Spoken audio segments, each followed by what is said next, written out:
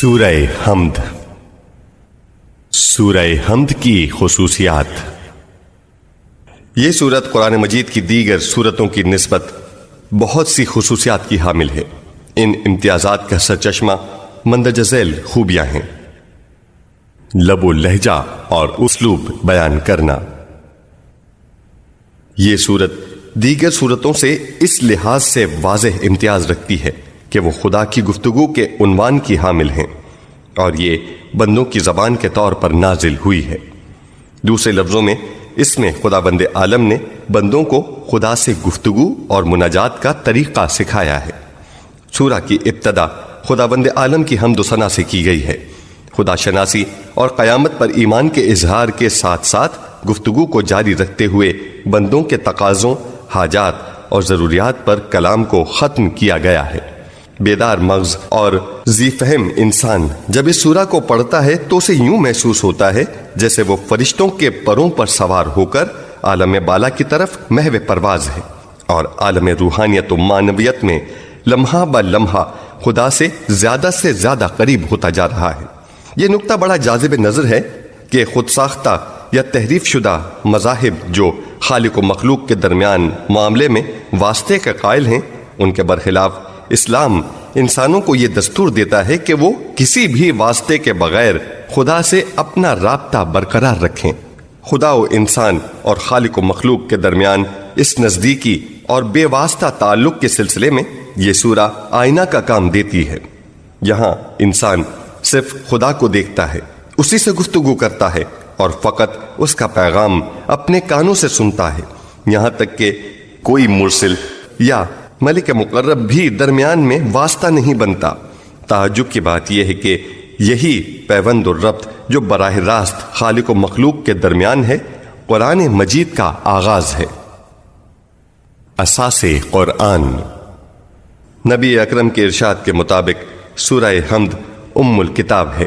ایک مرتبہ جابر بن عبداللہ انصاری حضرت کی خدمت میں حاضر ہوئے تو آپ نے فرمایا، کیا تمہیں سب سے فضیلت والی سورت کی تعلیم دوں جو خدا نے اپنی کتاب میں نازل فرمائی ہے؟ جابر نے عرض کیا، جی ہاں، میرے ماں باپ آپ پر قربان ہوں، مجھے اس کی تعلیم دیجیے۔ حضرت نے سورہ حمد جو الکتاب ہے انہیں تعلیم فرمائی اور یہ بھی ارشاد فرمایا کہ سورہ حمد موت کے علاوہ ہر بیماری کے لیے شفا ہے۔ مجموع البیان، نور الثقلین، آغاز سورہ حمد۔ آپ کا یہ بھی ارشاد ہے، قسم ہے اس ذات کی جس کے قبضہ قدرت میں میری جان ہے، خداوند عالم نے تورات، انجیل، زبور، یہاں تک کہ قرآن میں بھی ایسی کوئی صورت نازل نہیں فرمائی اور یہ الکتاب ہے۔ مجموع البیان، نور الثقلین، آغاز سورہ حمد۔ اس سورت میں غور و فکر کرنے سے اس کی وجہ معلوم ہوتی ہے۔ حقیقت میں یہ سورہ پورے قرآن کے مضامین کی فہرست ہے۔ اس کا ایک حصہ توحید اور صفات خداوندی سے متعلق ہے اور دوسرا حصہ قیامت و معاد سے گفتگو کرتا ہے اور تیسرا حصہ ہدایت و گمراہی کو بیان کرتا ہے جو مومنین و کفار میں حد فاصل ہے۔ اس سورہ میں پروردگار عالم کی حاکمیت مطلقہ اور مقام ربوبیت بیان کیا ہے، نیز اس کی لامتناہی نعمتوں کی طرف اشارہ ہے جن کے دو حصے ہیں، ایک عمومی اور دوسرا خصوصی، رحمانیت اور رحیمیت۔ اس میں عبادت و بندگی کی طرف بھی اشارہ ہے جو اسی ذات و پاک کے لیے مخصوص ہے۔ حقیقت یہ ہے کہ اس سورہ میں توحید ذات، توحید صفات، توحید افعال، توحید عبادت سب کو بیان کیا گیا ہے۔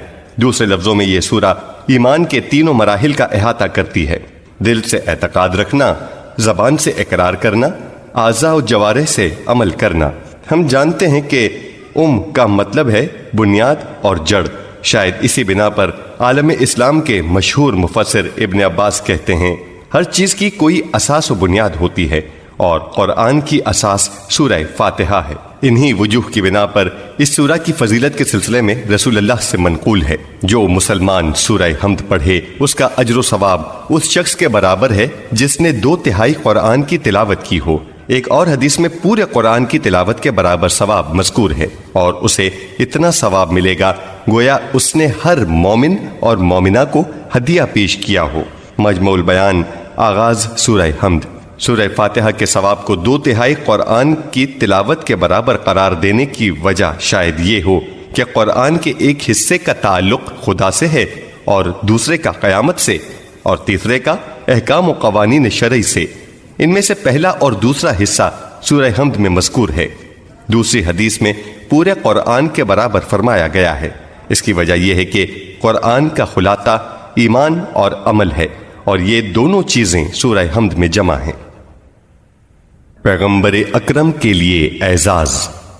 یہ بات قابل غور ہے کہ قرآنی آیات میں سورہ حمد کا تعارف حضرت کے لیے ایک عظیم انعام کے طور پر کرایا گیا ہے اور اسے پورے قرآن کے مقابلے میں پیش فرمایا گیا ہے، جیسا کہ ارشاد الہی ہے وَلَقَدْ آتَيْنَاكَ سَبْعًا مِّنَ الْمَثَانِي وَالْقُرْآنَ الْعَظِيمِ۔ ہم نے آپ کو 7 آیتوں پر مشتمل سورہ حمد عطا کیا جو 2 مرتبہ نازل کیا گیا اور قرآن عظیم بھی عنایت فرمایا گیا۔ سورہ ہجر آیا 87۔ قرآن مجید اپنی تمام تر عظمت کے باوجود یہاں سورہ حمد کے برابر قرار پایا۔ اس سورہ کا 2 مرتبہ نزول بھی اس کی بہت زیادہ اہمیت کی بنا پر ہے۔ سبع من الثانی قرار دینے کی وجہ اور سورہ حمد کی کچھ مزید خوبیاں اسی تفسیر نمونہ میں سورہ ہجر کی آیت 87 کے ذیل میں ملاحظہ فرمائیے۔ اسی مضمون کی ایک اور روایت رسول اللہ سے حضرت امیر المومنین نے بیان فرمائی ہے، خداوند عالم نے مجھے سورہ حمد دے کر خصوصی احسان جتایا ہے اور اسے قرآن کے مقابل قرار دیا ہے۔ عرش کے خزانوں میں سے اشرف ترین سورہ حمد ہے۔ تلاوت کی تاکید۔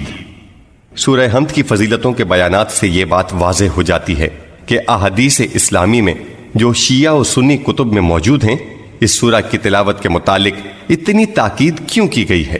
اس کی تلاوت انسان کو روح ایمان بخشتی ہے اور اسے خدا کے نزدیک کرتی ہے، اس سے دل کو جلا ملتی ہے اور روحانیت پیدا ہوتی ہے، اس سے انسانی ارادے کو کامیابی میسر آتی ہے۔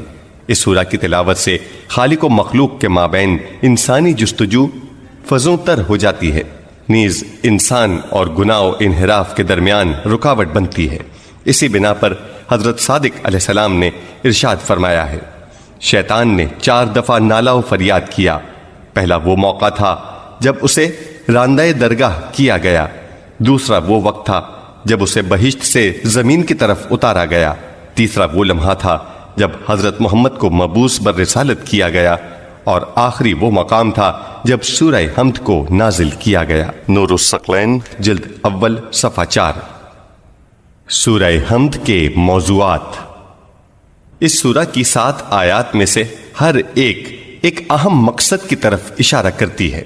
بسم اللہ الرحمن الرحیم۔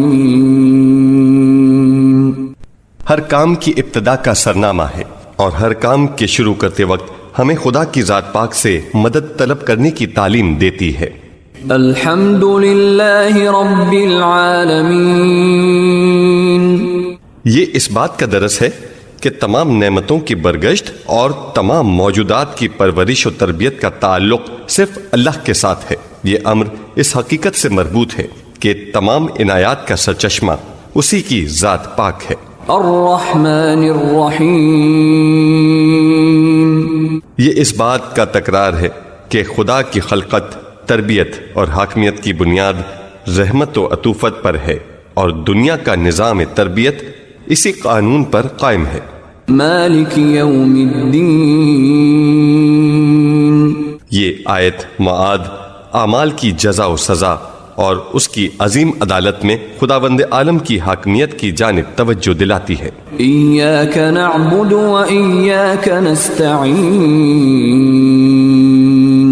یہ توحید عبادتی کا بیان ہے اور انسانوں کے لیے اس اکیلے مرکز کا تذکرہ ہے جو سب کا آسرا اور سہارا ہے۔ اہدنا الصراط المستقیم۔ یہ آیت بندوں کی احتیاج ہدایت اور اشتیاق ہدایت کو بیان کرتی ہے۔ یہ آیت اس طرف بھی توجہ دلاتی ہے کہ ہر قسم کی ہدایت اسی کی طرف سے ہے۔ سورہ کی آخری آیت اس بات کی واضح اور روشن نشانی ہے کہ صراط مستقیم سے مراد ان لوگوں کی راہ ہے جو نعمات الہیہ سے نوازے گئے ہیں، اور یہ راستہ مغضوب اور گمراہوں کے راستے سے جدا ہے۔ ایک لحاظ سے یہ سورہ دو حصوں میں تقسیم ہو جاتی ہے۔ ایک حصہ خدا کی حمد و ثنا ہے اور دوسرا بندے کی ضروریات و حاجات۔ عیون اخبار الرضا میں سرکار رسالت سے اس سلسلے میں ایک حدیث بھی منقول ہے۔ آپ صلی اللہ علیہ وآلہ وسلم نے فرمایا، خداوند عالم کا ارشاد ہے کہ میں نے سورہ حمد کو اپنے اور اپنے بندوں کے درمیان تقسیم کر دیا ہے، لہذا میرا بندہ حق رکھتا ہے کہ وہ جو چاہے مجھ سے مانگے۔ جب بندہ کہتا ہے بسم اللہ الرحمن الرحیم، تو خدائے بزرگ و برتر ارشاد فرماتا ہے، میرے بندے نے میرے نام سے ابتدا کی ہے، مجھ پر لازم ہے کہ میں اس کے کاموں کو آخر تک پہنچا دوں اور اسے ہر حالت میں برکت عطا کروں۔ جب وہ کہتا ہے الحمد للہ رب العالمین، تو خداوند تعالیٰ فرماتا ہے، میرے بندے نے میری حمد و ثنا کی ہے، اس نے سمجھا ہے کہ جو نعمتیں اس کے پاس ہیں وہ میری عطا کردہ ہیں، لہٰذا میں مصائب کو اس سے دور کیے دیتا ہوں۔ گواہ رہو کہ میں دنیا کی نعمتوں کے علاوہ اسے دار آخرت میں بھی نعمات سے نوازوں گا اور اس جہاں کے مصائب سے بھی اسے نجات عطا کروں گا جیسے اس دنیا کی مصیبتوں سے اسے رہائی دی ہے۔ جب وہ کہتا ہے الرحمن الرحیم، تو خداوند عالم فرماتا ہے، میرا بندہ گواہی دے رہا ہے کہ میں رحمان و رحیم ہوں، گواہ رہو کہ میں اس کے حصے میں اپنی رحمت و عطیات زیادہ کیے دیتا ہوں۔ جب وہ کہتا ہے مالک یوم الدین، تو خدا فرماتا ہے کہ گواہ رہو جس طرح اس نے روز قیامت میری حاکمیت و مالکیت کا اعتراف کیا ہے، حساب و کتاب کے دن میں اس کے حساب و کتاب کو آسان کر دوں گا، اس کی نیکیوں کو قبول کر لوں گا اور اس کی برائیوں سے درگزر کروں گا۔ جب وہ کہتا ہے ایاک نعبد، تو اللہ تعالیٰ فرماتا ہے، میرا بندہ سچ کہہ رہا ہے، وہ صرف میری عبادت کرتا ہے۔ میں تمہیں گواہ قرار دیتا ہوں کہ اس خالص عبادت پر میں اسے ایسا ثواب دوں گا کہ وہ لوگ جو اس کے مخالف تھے اس پر رشک کریں گے۔ جب وہ کہتا ہے ایاک نستعین، تو خدا فرماتا ہے، میرے بندے نے مجھ سے مدد چاہی ہے اور صرف مجھ سے پناہ مانگی ہے۔ گواہ رہو اس کے کاموں میں میں اس کی مدد کروں گا، سختیوں اور تنگیوں میں اس کی فریاد کو پہنچوں گا اور پریشانی کے دن اس کی دستگیری کروں گا۔ جب وہ کہتا ہے اہدنا الصراط المستقیم، صراط الذین انعمت علیہم غیر المغضوب علیہم ولا الضالین، تو خداوند عالم فرماتا ہے، میرے بندے کی یہ خواہش پوری ہو گئی ہے، اب جو کچھ وہ چاہتا ہے مجھ سے مانگے، میں اس کے دعا قبول کروں گا۔ جس چیز کی امید لگائے بیٹھا ہے وہ اسے عطا کروں گا اور جس چیز سے خائف ہے اس سے مامون قرار دوں گا۔ المیزان جلد اول صفحہ 37 بحوالہ عیون اخبار الرضا۔ اس سورہ کا نام فاتحۃ الکتاب کیوں ہے؟ فاتح الکتاب کے معنی ہیں آغاز کتاب، قرآن کرنے والی۔ مختلف روایات جو نبی اکرم سے نقل ہوئی ہیں ان سے واضح ہوتا ہے کہ یہ سورت حضرت کے زمانے میں بھی اسی نام سے پہچانی جاتی تھی۔ یہیں سے دنیا اسلام کے ایک اہم ترین مسئلے کی طرف فکر کا دریچہ کھلتا ہے اور وہ ہے جمع قرآن کے بارے میں۔ ایک گروہ میں یہ بات مشہور ہے کہ قرآن مجید نبی اکرم صلی اللہ علیہ وآلہ وسلم کے زمانے میں منتشر و پراگندہ صورت میں تھا اور آپ کے بعد حضرت ابو بکر، حضرت عمر یا حضرت عثمان کے زمانے میں جمع ہوا، لیکن فاتح الکتاب سے ظاہر ہوتا ہے کہ قرآن مجید پیغمبر اکرم کے زمانے میں اسی موجودہ صورت میں جمع ہو چکا تھا اور اسی سورہ حمد سے اس کی ابتدا ہوئی تھی، ورنہ یہ کوئی سب سے پہلے نازل ہونے والی سورہ تو نہیں جو یہ نام رکھا جائے، اور نہ ہی اس سورہ کے لیے فاتح الکتاب نام کے انتخاب کے لیے کوئی دوسری دلیل موجود ہے۔ بہت سے دیگر تدارک بھی ہمارے پیش نظر ہیں جو اس حقیقت کے معید ہیں کہ قرآن مجید بصورت مجموعہ جس طرح ہمارے زمانے میں موجود ہے اسی طرح پیغمبر اکرم کے زمانے میں آپ کے حکم کے مطابق جمع ہو چکا تھا۔ ان میں سے چند ایک ہم پیش کرتے ہیں۔ ایک، علی بن ابراہیم نے حضرت امام صادق سے روایت کیا ہے، رسول اکرم نے حضرت علی سے فرمایا کہ قرآن ریشم کے ٹکڑوں، کاغذ کے پرزوں اور ایسی دوسری چیزوں میں منتشر ہے، اسے جمع کر دو۔ اس پر حضرت علی مجلس سے اٹھ کھڑے ہوئے اور قرآن کو زرد رنگ کے پارچے میں جمع کیا اور پھر اس پر مہر لگا دی۔ تاریخ القرآن ابو عبداللہ زنجانی، صفحہ 44۔ دو، اہل سنت کے مشہور مؤلف حاکم نے کتاب مستدرک میں زید بن ثابت سے نقل کیا ہے، ہم پیغمبر کی خدمت میں قرآن کے پراگندہ ٹکڑوں کو جمع کرتے تھے اور ہر ایک کو نبی اکرم کی رہنمائی کے مطابق اس کے مناسب محل و مقام پر رکھتے تھے، لیکن پھر بھی یہ تحریریں متفرق تھیں، چنانچہ پیغمبر اکرم نے علی کو حکم دیا کہ وہ انہیں ایک جگہ جمع کریں۔ اس جمع آوری کے بعد آپ ہمیں اسے ضائع کرنے سے ڈراتے تھے۔ تین، اہل تشیع کے بہت بڑے عالم سید مرتضیٰ کہتے ہیں قرآن رسول اللہ کے زمانے میں اسی حالت میں، اسی موجودہ صورت میں جمع ہو چکا تھا۔ مجمع البیان جلد اول صفحہ 15۔ چار، طبرانی اور ابن عساکر نے شعبی سے یوں نقل کیا ہے، انصار میں سے 6 افراد نے قرآن کو پیغمبر کے زمانے میں جمع کیا تھا۔ منتخب کنز الامال جلد 2 صفحہ 52۔ 5، قتادہ ناقل ہیں، میں نے انس سے سوال کیا کہ پیغمبر کے زمانے میں کس شخص نے قرآن جمع کیا تھا؟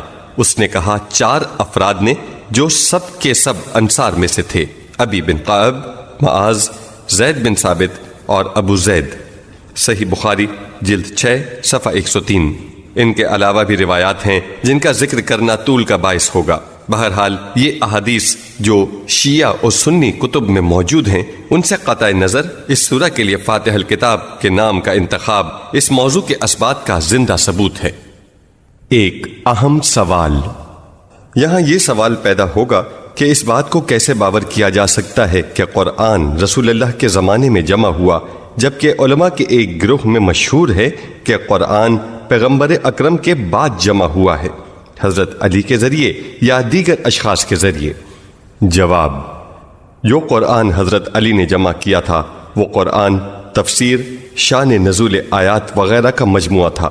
باقی رہا حضرت عثمان کا معاملہ تو ہمارے پاس ایسے قرائن موجود ہیں جن سے معلوم ہوتا ہے کہ انہوں نے اختلاف قرأت کو روکنے کے لیے اسے ایک قرأت اور نقطہ گزاری کے ساتھ معین کیا، کیونکہ اس وقت تک نقطے لگانا معمولات میں داخل نہیں تھا۔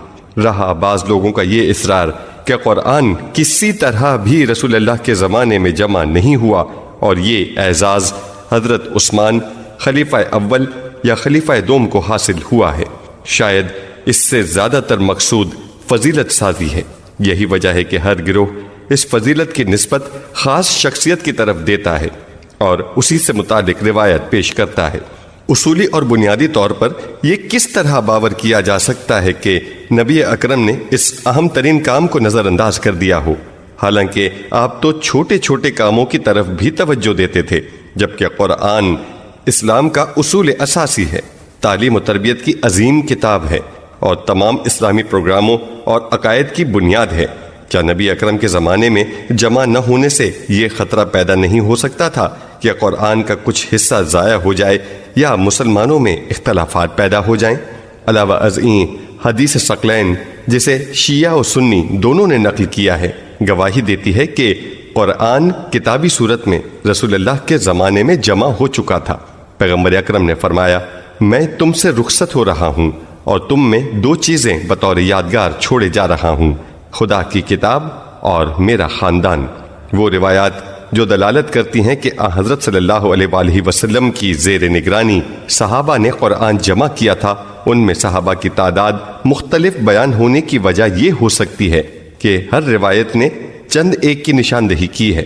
اس سے کام فقط ان شخصیتوں میں منحصر نہیں ہو جاتا، لہٰذا یہ پہلو باعث اختلاف نظر نہیں ہونا چاہیے۔ اعوذ باللہ من الشیطان الرجیم، پناہ مانگتا ہوں میں اللہ تعالیٰ کی شیطان مردود سے۔ بسم اللہ الرحمن الرحیم، عظیم اور دائمی رحمتوں والے خدا کے نام سے۔ الحمد للہ رب العالمین، ساری تعریف اللہ کے لیے ہے جو عالمین کا پالنے والا ہے۔ الرحمن الرحیم، وہ عظیم اور دائمی رحمتوں والا ہے۔ مالک یوم الدین، روز قیامت کا مالک و مختار ہے۔ ایاک نعبد و ایاک نستعین، پروردگار ہم تیری ہی عبادت کرتے ہیں اور تجھی سے مدد چاہتے ہیں۔ اہدنا الصراط المستقیم، ہمیں سیدھے راستے کی ہدایت فرماتا رہ۔ صراط الذین انعمت علیہم غیر المغضوب علیہم ولا الضالین،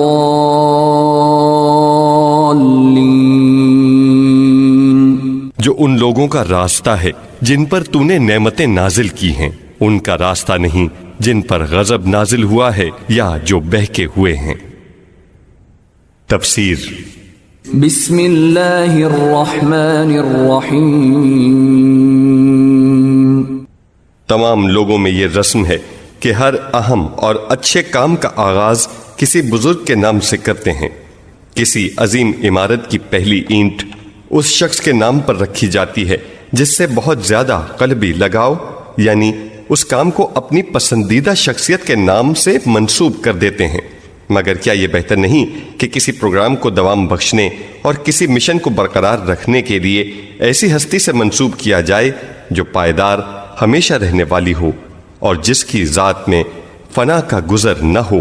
اس جہان کی تمام موجودات کہنگی پذیر ہیں اور زوال کی طرف رواں دواں ہیں۔ صرف وہی چیز باقی رہ جائے گی جو اس ذات لا یزال سے وابستہ ہوگی۔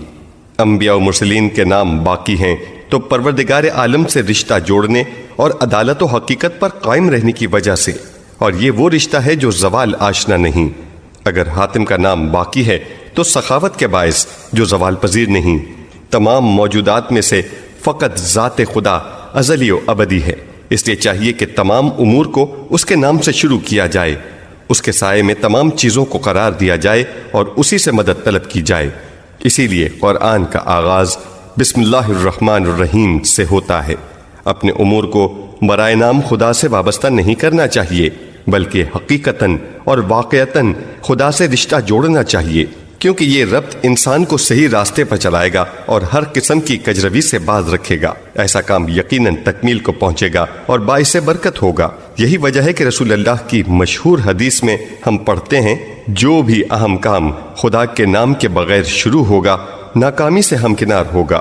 تفسیر البیان جلد اول صفحہ 461 بحوالہ بہار جلد 6 باب 58۔ امیر المومنین اس حدیث کو بیان کرنے کے بعد ارشاد فرماتے ہیں، انسان جس کام کو انجام دینا چاہیے کہ بسم اللہ کہے، اور جو عمل خدا کے نام سے شروع ہو وہ مبارک ہے۔ امام باقر فرماتے ہیں، جب کوئی کام شروع کرنے لگو، بڑا ہو یا چھوٹا، بسم اللہ کہو تاکہ وہ بابرکت بھی ہو اور پر از امن اور سلامتی بھی۔ خلاصہ یہ کہ کسی عمل کی پائیداری و بقا اس کے ربط خدا سے وابستہ ہے۔ اسی مناسبت سے جب خداوند تعالیٰ نے پیغمبر اکرم پر پہلی وحی نازل فرمائی تو انہیں حکم دیا کہ تبلیغ اسلام کی عظیم ذمہ داری کو خدا کے نام سے شروع کریں۔ اقرا بسم ربک الذی خلق۔ ہم دیکھتے ہیں کہ جب تعجب خیز اور نہایت سخت طوفان کے عالم میں حضرت نوح کشتی پر سوار ہوئے، پانی کی موجیں پہاڑوں کی طرح بلند تھیں اور ہر لہجہ بے شمار خطرات کا سامنا تھا۔ ایسے میں منزل مقصود تک پہنچنے اور مشکلات پر قابو پانے کے لیے آپ نے اپنے ساتھیوں کو حکم دیا کہ کشتی کے چلتے اور رکتے بسم اللہ کہو۔ وقال اركبوا فيها بسم الله مجريها ومرساها، چنانچہ ان لوگوں نے اس پرخطر سفر کو توفیق الہی کے ساتھ کامیابی سے طے کیا اور امن و سلامتی کے ساتھ کشتی سے اترے، جیسا کہ ارشاد الہی ہے، قیل یا نوح اهبط بسلام منا وبرکات علیک وعلی ممن معک۔ حکم ہوا، اے نوح کشتی سے ہماری طرف سے سلامتی اور برکات کے ساتھ اپنے ساتھیوں کے ہمراہ اتریے۔ سورہ ہود آیت 48۔ جناب سلیمان نے جب ملکہ سبا کو خط لکھا تو اس کا سرنامہ بسم اللہ ہی کو قرار دیا۔ انہ من سلیمان وانہ بسم اللہ الرحمن الرحیم۔ یہ مراسلہ ہے سلیمان کی طرف سے اور بے شک یہ ہے بسم اللہ الرحمن الرحیم۔ سورہ نمل آیت 30۔ اسی بنا پر قرآن حکیم کی تمام سورتوں کی ابتدا بسم اللہ سے ہوتی ہے تاکہ نوع بشر کی ہدایت و سعادت کا اصلی مقصد کامیابی سے ہمکنار ہو اور بغیر کسی نقصان کے انجام پذیر ہو۔ صرف سورہ توبہ ایسی سورت ہے جس کی ابتدا میں ہمیں بسم اللہ نظر نہیں آتی، کیونکہ اس کا آغاز مکہ کے مجرموں اور معاہدہ شکنوں سے اعلان جنگ کے ساتھ ہو رہا ہے، لہٰذا ایسے موقع پر خدا کی صفات رحمان و رحیم کا ذکر مناسب نہیں۔ یہاں ایک نقطے کی طرف توجہ ضروری ہے، وہ یہ کہ ہر جگہ بسم اللہ کہا جاتا ہے، بسم الخالق یا بسم الرزاق وغیرہ نہیں کہا جاتا۔ اس کی وجہ یہ ہے کہ لفظ اللہ خدا کے تمام اسماء اور صفات کا جامع ہے۔ اس کی تفصیل عنقریب آئے گی۔ اللہ کے علاوہ دوسرے نام بعض کمالات کی طرف اشارہ کرتے ہیں، مثلا خالقیت، رحمت وغیرہ۔ اس سے یہ حقیقت بھی واضح ہو جاتی ہے کہ ہر کام کی ابتدا میں بسم اللہ کہنا جہاں خدا سے طلب مدد کے لیے ہے، وہاں اس کے نام سے شروع کرنے کے لیے بھی ہے۔ اگرچہ ہمارے بزرگ مفسرین نے طلب مدد اور شروع کرنے کو ایک دوسرے سے جدا قرار دیا ہے اور ہر ایک نے یہاں پر کوئی ایک مفہوم مراد لیا ہے، لیکن حقیقت میں ہر مفہوم کی برگشت ایک ہی چیز کی طرف ہے۔ خلاصہ یہ کہ آغاز کرنا اور مدد چاہنا ہر دو مفہوم یہاں پر لازم و ملزوم ہیں۔ بہرحال جب تمام کام خدا کی قدرت کے بھروسے پر شروع کیے جائیں تو چونکہ خدا کی قدرت تمام قدرتوں سے بالاتر ہے، اس لیے ہم اپنے میں زیادہ قوت و طاقت محسوس کرنے لگتے ہیں، زیادہ مطمئن ہو کر کوشش کرتے ہیں، بڑی سے بڑی مشکلات کا خوف نہیں رہتا اور مایوسی پیدا نہیں ہوتی، اور اس کے ساتھ ساتھ اس سے انسان کی نیت اور عمل زیادہ پاک اور زیادہ خالص رہتا ہے۔ اس آیت کی تفسیر میں جتنی گفتگو کی جائے کم ہے، کیونکہ مشہور ہے کہ حضرت علی ابتدائی شب سے صبح تک ابن عباس کے سامنے بسم اللہ کی تفسیر بیان فرماتے رہے۔ صبح ہوئی تو آپ بسم اللہ کی با سے آگے نہیں بڑھے تھے۔ حضرت ہی کے ایک ارشاد سے ہم یہاں اس بحث کو ختم کرتے ہیں۔ آئندہ مباحث میں اس سلسلے کے دیگر مسائل پر گفتگو ہوگی۔ عبداللہ بن یحییٰ امیر المومنین کے محبوں میں سے تھے۔ ایک مرتبہ آپ کی خدمت میں حاضر ہوئے اور بسم اللہ کہے بغیر اس چارپائی پر بیٹھ گئے جو وہاں پڑی تھی۔ اچانک وہ جھکے اور زمین پر آ گرے، ان کا سر پھٹ گیا۔ حضرت علی نے سر پر ہاتھ پھیرا تو ان کا زخم مندمل ہو گیا۔ آپ نے فرمایا، تمہیں معلوم نہیں کہ نبی اکرم نے خدا کی طرف سے یہ حدیث مجھ سے بیان فرمائی ہے کہ جو کام نام خدا کے بغیر شروع کیا جائے بے انجام رہتا ہے۔ عبداللہ کہتے ہیں، میں نے عرض کیا، میرے ماں باپ آپ پر قربان، میں یہ جانتا ہوں اور اب کے بعد پھر اسے ترک نہ کروں گا۔ آپ نے فرمایا، پھر تو تم سعادتوں سے بہراور ہو گئے۔ امام صادق نے اسی حدیث کو بیان کرتے ہوئے فرمایا، اکثر ایسا ہوتا ہے کہ ہمارے بعض شیعہ کام کی ابتدا میں بسم اللہ ترک کر دیتے ہیں اور خدا انہیں کسی تکلیف میں مبتلا کر دیتا ہے تاکہ وہ بیدار ہوں اور ساتھ ساتھ یہ غلطی بھی ان کے نامہ عمل سے دھو ڈالی جائے۔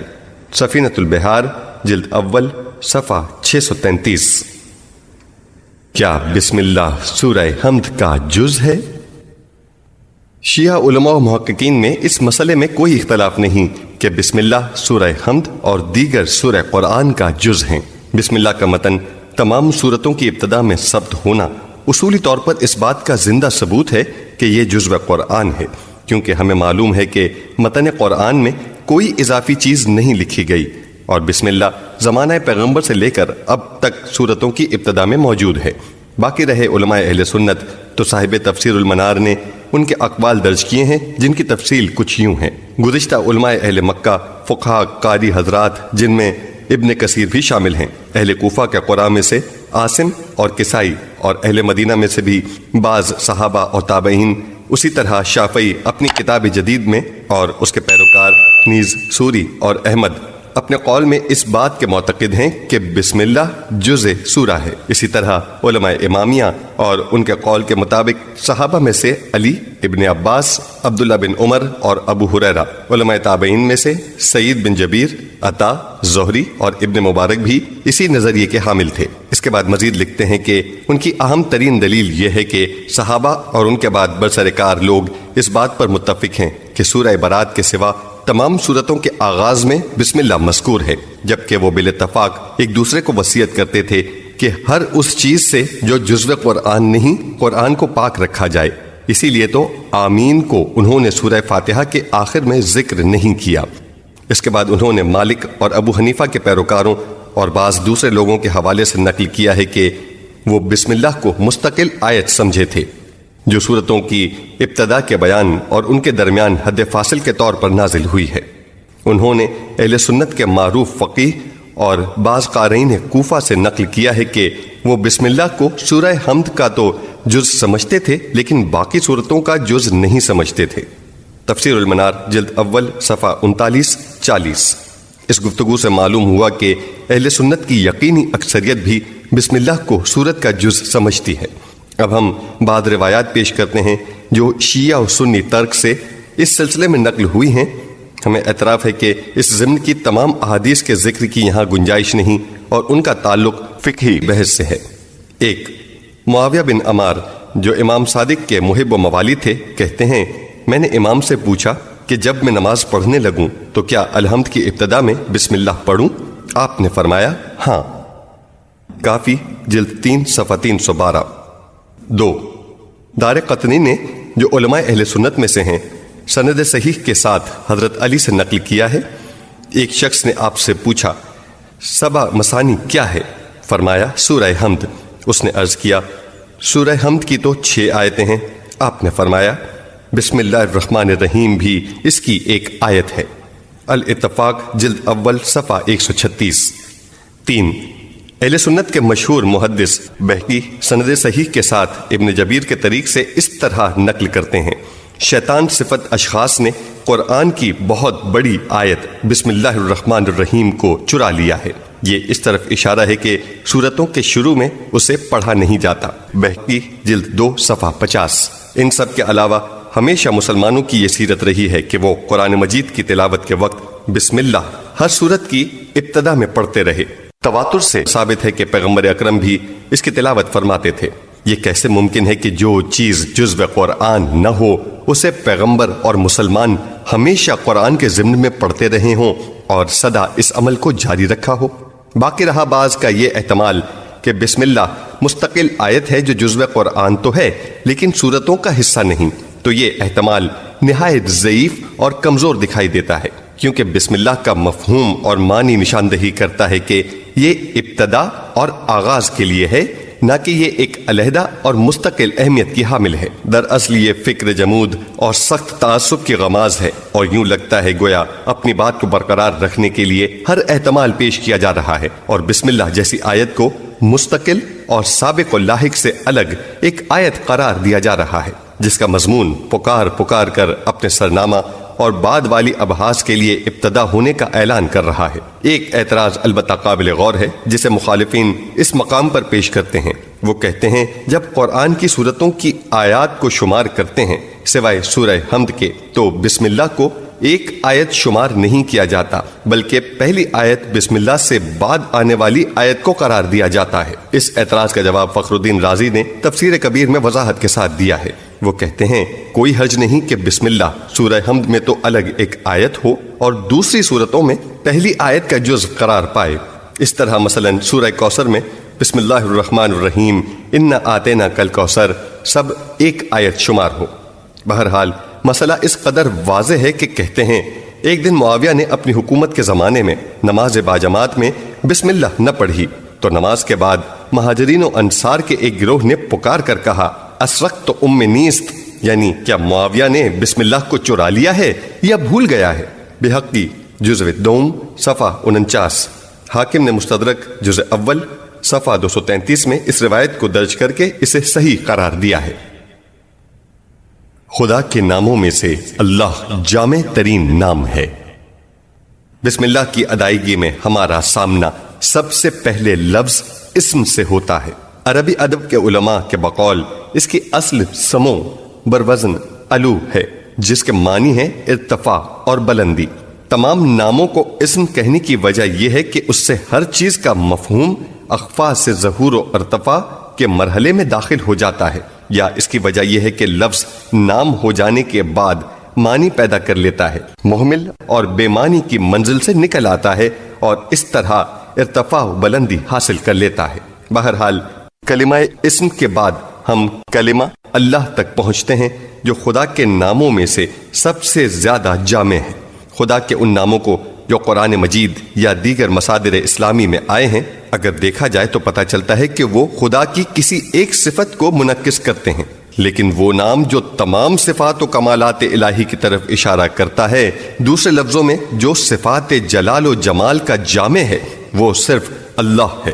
یہی وجہ ہے کہ خدا کے دوسرے ناموں عموماً کلمہ اللہ کی صفت کی حیثیت سے کہے جاتے ہیں۔ مثال کے طور پر چند ایک کا ذکر کیا جاتا ہے۔ غفور الرحیم، یہ صفت خدا کی صفت بخشش کی طرف اشارہ ہے۔ فَإِنَّ اللَّهَ غَفُورٌ رَحِيمٌ، سورہ بقرہ آیت 226۔ سمیع علیم، سمیع اشارہ ہے اس بات کی طرف کہ خدا تمام سنی جانے والی چیزوں سے آگاہی رکھتا ہے، اور علیم اشارہ ہے کہ وہ تمام چیزوں سے باخبر ہے۔ فَإِنَّ اللَّهَ سَمِيعٌ عَلِيمٌ، سورہ بقرہ آیت 227۔ بصیر، یہ لفظ بتاتا ہے کہ خدا تمام دیکھی جانے والی چیزوں سے آگاہ ہے۔ واللہ بصیر بما تعملون، سورہ حجرات آیت 18۔ رزاق، یہ صفت اس کے تمام موجودات کو روزی دینے کے پہلو کی طرف اشارہ کرتی ہے، اور ذی القوہ اس کی قدرت کو ظاہر کرتی ہے، اور متین اس کے افعال اور پروگرام کی پختگی کا تعارف ہے۔ ان اللہ هو الرزاق ذو القوة المتین، سورہ زاریات آیت 58۔ خالق و باری، اس کی آفرینش اور پیدا کرنے کی صفت کی طرف اشارہ ہے، اور مصور اس کی تصویر کشی کی حکایت کرتا ہے۔ هو اللہ الخالق الباری المصور لہ الاسماء الحسنى، سورہ حشر آیت 24۔ ظاہر ہوا کہ اللہ ہی خدا کے تمام ناموں میں سے جامع ترین ہے۔ یہی وجہ ہے کہ ایک ہی آیت میں ہم دیکھتے ہیں کہ بہت سے نام اللہ قرار پائے ہیں۔ هو اللہ الذی لا الہ الا هو الملک القدوس السلام المؤمن المہیمن العزیز الجبار المتکبر۔ اللہ وہ ہے جس کے علاوہ کوئی معبود نہیں، وہ حاکم مطلق ہے، منزہ ہے، ہر ظلم و ستم سے پاک ہے، امن بخشنے والا ہے، سب کا نگہبان ہے، توانا ہے، کسی سے شکست کھانے والا نہیں، اور تمام موجودات پر قاہر و غالب اور باعظمت ہے۔ سورہ حشر آیت 23۔ اس نام کی جامعیت کا ایک واضح شاہد یہ ہے کہ ایمان و توحید کا اظہار صرف لا الہ الا اللہ کے جملے سے ہو سکتا ہے، اور جملہ لا الہ الا العلیم الا الخالق الا الرزاق اور دیگر اس قسم کے جملے خود سے توحید و اسلام کی دلیل نہیں ہو سکتے۔ یہی وجہ ہے کہ دیگر مذاہب کے لوگ جب مسلمانوں کے معبود کی طرف اشارہ کرنا چاہتے ہیں تو لفظ اللہ کا ذکر کرتے ہیں، کیونکہ خداوند عالم کی تعریف و توصیف لفظ اللہ سے مسلمانوں کے ساتھ مخصوص ہے۔ خدا کی رحمت عام اور رحمت خاص۔ مفسرین کے ایک طبقے میں مشہور ہے کہ صفت رحمان رحمت عالم کی طرف اشارہ ہے۔ یہ وہ رحمت ہے جو دوست و دشمن، مومن و کافر، نیک و بد، غرض سب کے لیے ہے، کیونکہ اس کی بے حساب رحمت کی بارش سب کو پہنچتی ہے، اور اس کا خوان نعمت ہر کہیں بچھا ہوا ہے۔ اس کے بندے زندگی کی گوناگوں رعنائیوں سے بہراور ہیں، اپنی روزی اس کے دسترخوان سے حاصل کرتے ہیں جس پر بے شمار نعمتیں رکھی ہیں۔ یہ وہی رحمت عمومی ہے جس نے عالم ہستی کا احاطہ کر رکھا ہے، اور سب کے سب اس دریائے رحمت میں غوطہ-زن ہیں۔ رحیم خداوند عالم کی رحمت خاص کی طرف اشارہ ہے۔ یہ وہ رحمت ہے جو اس کے مطیع، صالح اور فرمانبردار بندوں کے ساتھ مخصوص ہے، کیونکہ انہوں نے ایمان اور عمل صالح کی بنا پر یہ شائستگی حاصل کر لی ہے کہ وہ اس رحمت و احسان خصوصی سے بہرہ مند ہوں۔ جو گناہگاروں اور غارت گروں کے حصے میں نہیں ہے۔ ایک چیز جو ممکن ہے اسی مطلب کی طرف اشارہ ہو، یہ ہے کہ لفظ رحمان قرآن میں ہر جگہ مطلق آیا ہے جو عمومیت کی نشانی ہے، جبکہ رحیم کبھی مقید ذکر ہوا ہے۔ مثلا وَكَانُوا بِالْمُؤْمِنِينَ رَحِيمًا، خدا مومنین کے لیے رحیم ہے، سورہ احزاب آیت 43۔ اور کبھی مطلق ہے جیسے کہ سورہ حمد میں ہے۔ ایک روایت میں ہے کہ حضرت صادق نے فرمایا، خدا ہر چیز کا معبود ہے، وہ تمام مخلوقات کے لیے رحمان اور مومنین پر خصوصیت کے ساتھ رحیم ہے۔ المیزان بسند کافی، توحید صدوق اور معانی الاخبار۔ ایک پہلو یہ بھی ہے کہ رحمان صیغہ مبالغہ ہے جو اس کی رحمت کی عمومیت کے لیے خود ایک مستقل دلیل ہے، اور رحیم صفت مشبہ ہے جو ثبات و دوام کی علامت ہے، اور یہ چیز مومنین کے لیے ہی خاص ہو سکتی ہے۔ ایک اور شاہد یہ ہے کہ رحمان خدا کے مخصوص ناموں میں سے ہے، اور اس کے علاوہ کسی کے لیے یہ لفظ استعمال نہیں کیا جاتا، جبکہ رحیم ایسی صفت ہے جو خدا اور بندوں کے لیے استعمال ہوتی ہے، جیسے نبی اکرم کے لیے ارشاد الہی ہے، عزیز علیہ ما عنتم حریص علیکم بالمؤمنین رؤوف رحیم۔ تمہاری تکلیف و مشقت نبی پر گراں ہے، تمہاری ہدایت اسے بہت پسندیدہ ہے، اور وہ مومنین کے لیے مہربان اور رحیم ہے، سورہ توبہ آیت 128۔ ایک دوسری حدیث میں امام صادق سے منقول ہے، رحمان اسم خاص ہے لیکن صفت عام ہے، اور رحیم اسم عام ہے لیکن صفت خاص ہے۔ مجمع البیان جلد 1 صفحہ 21۔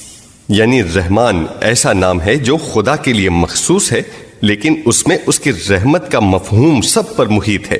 اس کے باوجود ہم دیکھتے ہیں کہ رحیم ایک صفت عام کے طور پر بھی استعمال ہوتا ہے، البتہ اس میں صفت خاص کے طور پر استعمال ہونے میں کوئی معنی نہیں۔ جو فرق بتایا گیا ہے وہ تو اصل لغت کے لحاظ سے ہے، لیکن اس میں استثنائی صورت پائی جاتی ہے۔ امام حسین کی ایک بہترین اور مشہور دعا جو دعائے عرفہ کے نام سے معروف ہے کے الفاظ ہیں، اے وہ خدا جو دنیا و آخرت کا رحمان اور دونوں ہی کا رحیم ہے۔ اس بحث کو ہم نبی اکرم کی ایک پرمانی اور واضح حدیث کے ساتھ ختم کرتے ہیں۔ آپ کا ارشاد ہے، خداوند تعالیٰ کی رحمت کے 100 باب ہیں، جن میں سے اس نے ایک کو زمین پر نازل کیا ہے اور اس رحمت کو اپنی مخلوق میں تقسیم کیا ہے۔ لوگوں کے درمیان جو عطوفت، مہربانی اور محبت ہے وہ اسی کا پرتو ہے، لیکن 99 حصے رحمت اس نے اپنے لیے مخصوص رکھی ہے، اور قیامت کے دن اپنے بندوں کو اس سے نوازے گا۔ خدا کی دیگر صفات بسم اللہ میں کیوں مذکور نہیں؟ یہ بات قابل توجہ ہے کہ قرآن کی تمام صورتیں سوائے سورہ برات کے، جس کی وجہ بیان ہو چکی ہے، بسم اللہ سے شروع ہوتی ہیں، اور بسم اللہ میں مخصوص نام اللہ کے بعد صرف صفت رحمانیت اور رحیمیت کا ذکر ہے۔ اس سے سوال پیدا ہوتا ہے کہ یہاں پر باقی صفات کا ذکر کیوں نہیں؟ اگر ہم ایک نقطے کی طرف توجہ کریں تو اس سوال کا جواب واضح ہو جاتا ہے، اور وہ یہ کہ ہر کام کی ابتدا میں ضروری ہے کہ ایسی صفت سے مدد لی جائے جس کے آثار تمام جہان پر سایہ فکن ہوں، جو تمام موجودات کا احاطہ کیے ہو اور عالم بحران میں مصیبت زدوں کو نجات بخشنے والی ہو۔ مناسب ہے کہ اس حقیقت کو قرآن کی زبان سے سنا جائے۔ ارشاد الہی ہے، وَرَحْمَتِي وَسِعَتْ كُلَّ شَيْءٍ، میری رحمت تمام چیزوں پر محیط ہے، سورہ اعراف آیت 156۔ ایک اور جگہ ہے، حاملان عرش کی ایک دعا کو خداوند کریم نے یوں بیان فرمایا ہے، ربنا وسعت کل شیء رحمتا، پروردگار تو نے اپنا دامن رحمت ہر چیز تک پھیلا رکھا ہے، سورہ مومن آیت 7۔ ہم دیکھتے ہیں کہ انبیاء کرام نہایت سخت اور طاقت فرسا حوادث اور خطرناک دشمنوں کے چنگل سے نجات کے لیے رحمت خدا کے دامن میں پناہ لیتے ہیں۔ قوم موسیٰ فرعونیوں کے ظلم سے نجات کے لیے پکارتی ہے، وَنَجِّنَا بِرَحْمَتِكَ، خدایا ہمیں ظلم سے نجات دلا اور اپنی رحمت کا سایہ عطا فرما، سورہ یونس آیت 86۔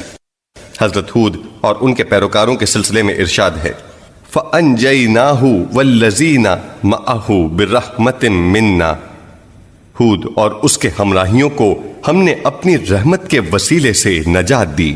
سورہ اعراف آیت 72۔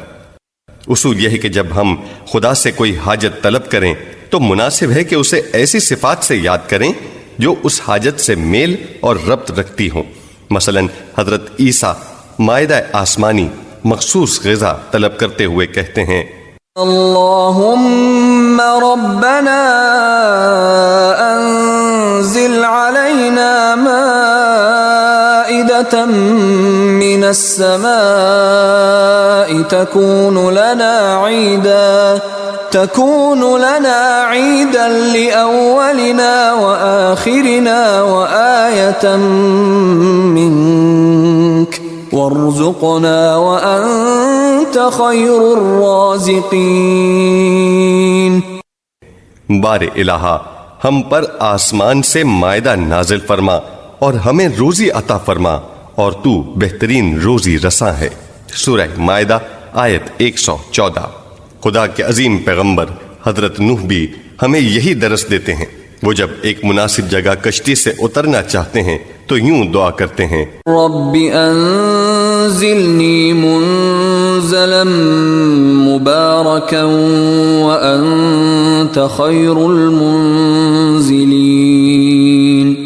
پروردگار ہمیں منزل مبارک پر اتار کہ تو بہترین اتارنے والا ہے۔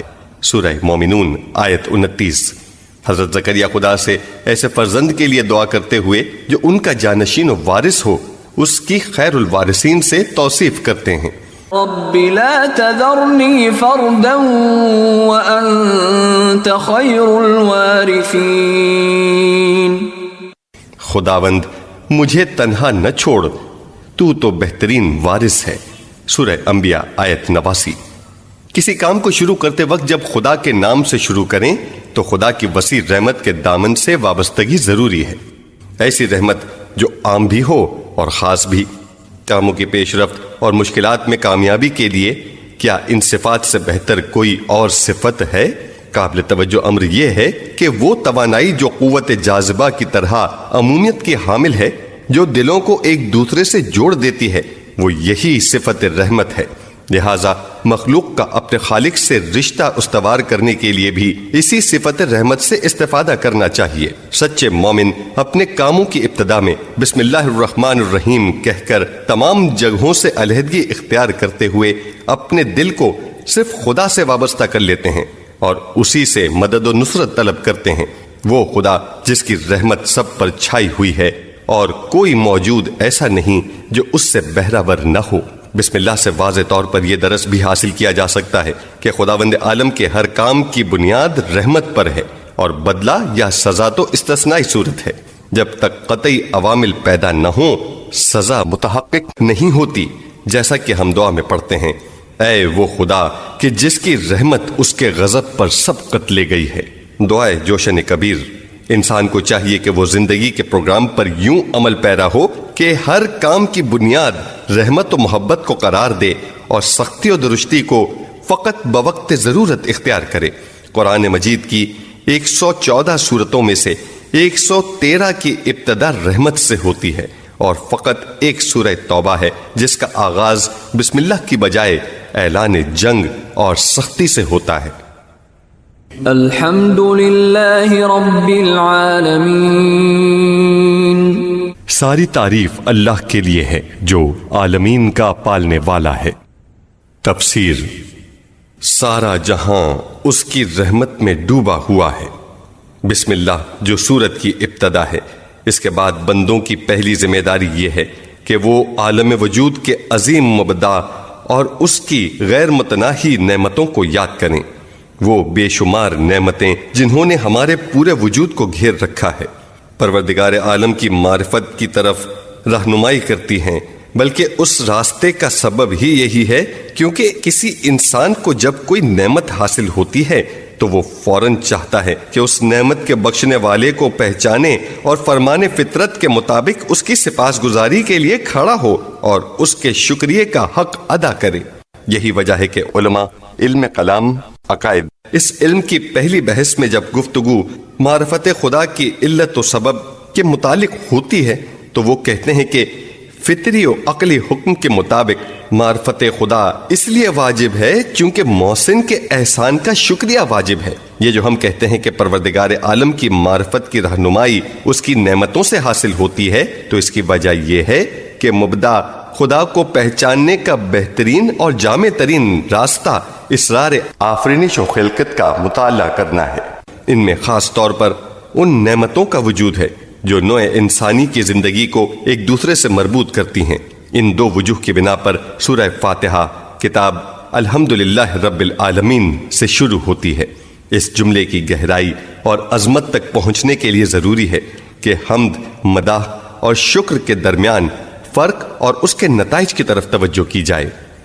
حمد نیک اختیاری کام یا نیک صفت کی تعریف کو عربی زبان میں حمد کہتے ہیں، یعنی جب کوئی سوچ سمجھ کر کوئی اچھا کام انجام دے یا کسی اچھی صفت کو انتخاب کرے جو نیک اختیاری اعمال کا سرچشمہ ہو تو اس پر کی گئی تعریف و توصیف کو حمد و ستائش کہتے ہیں۔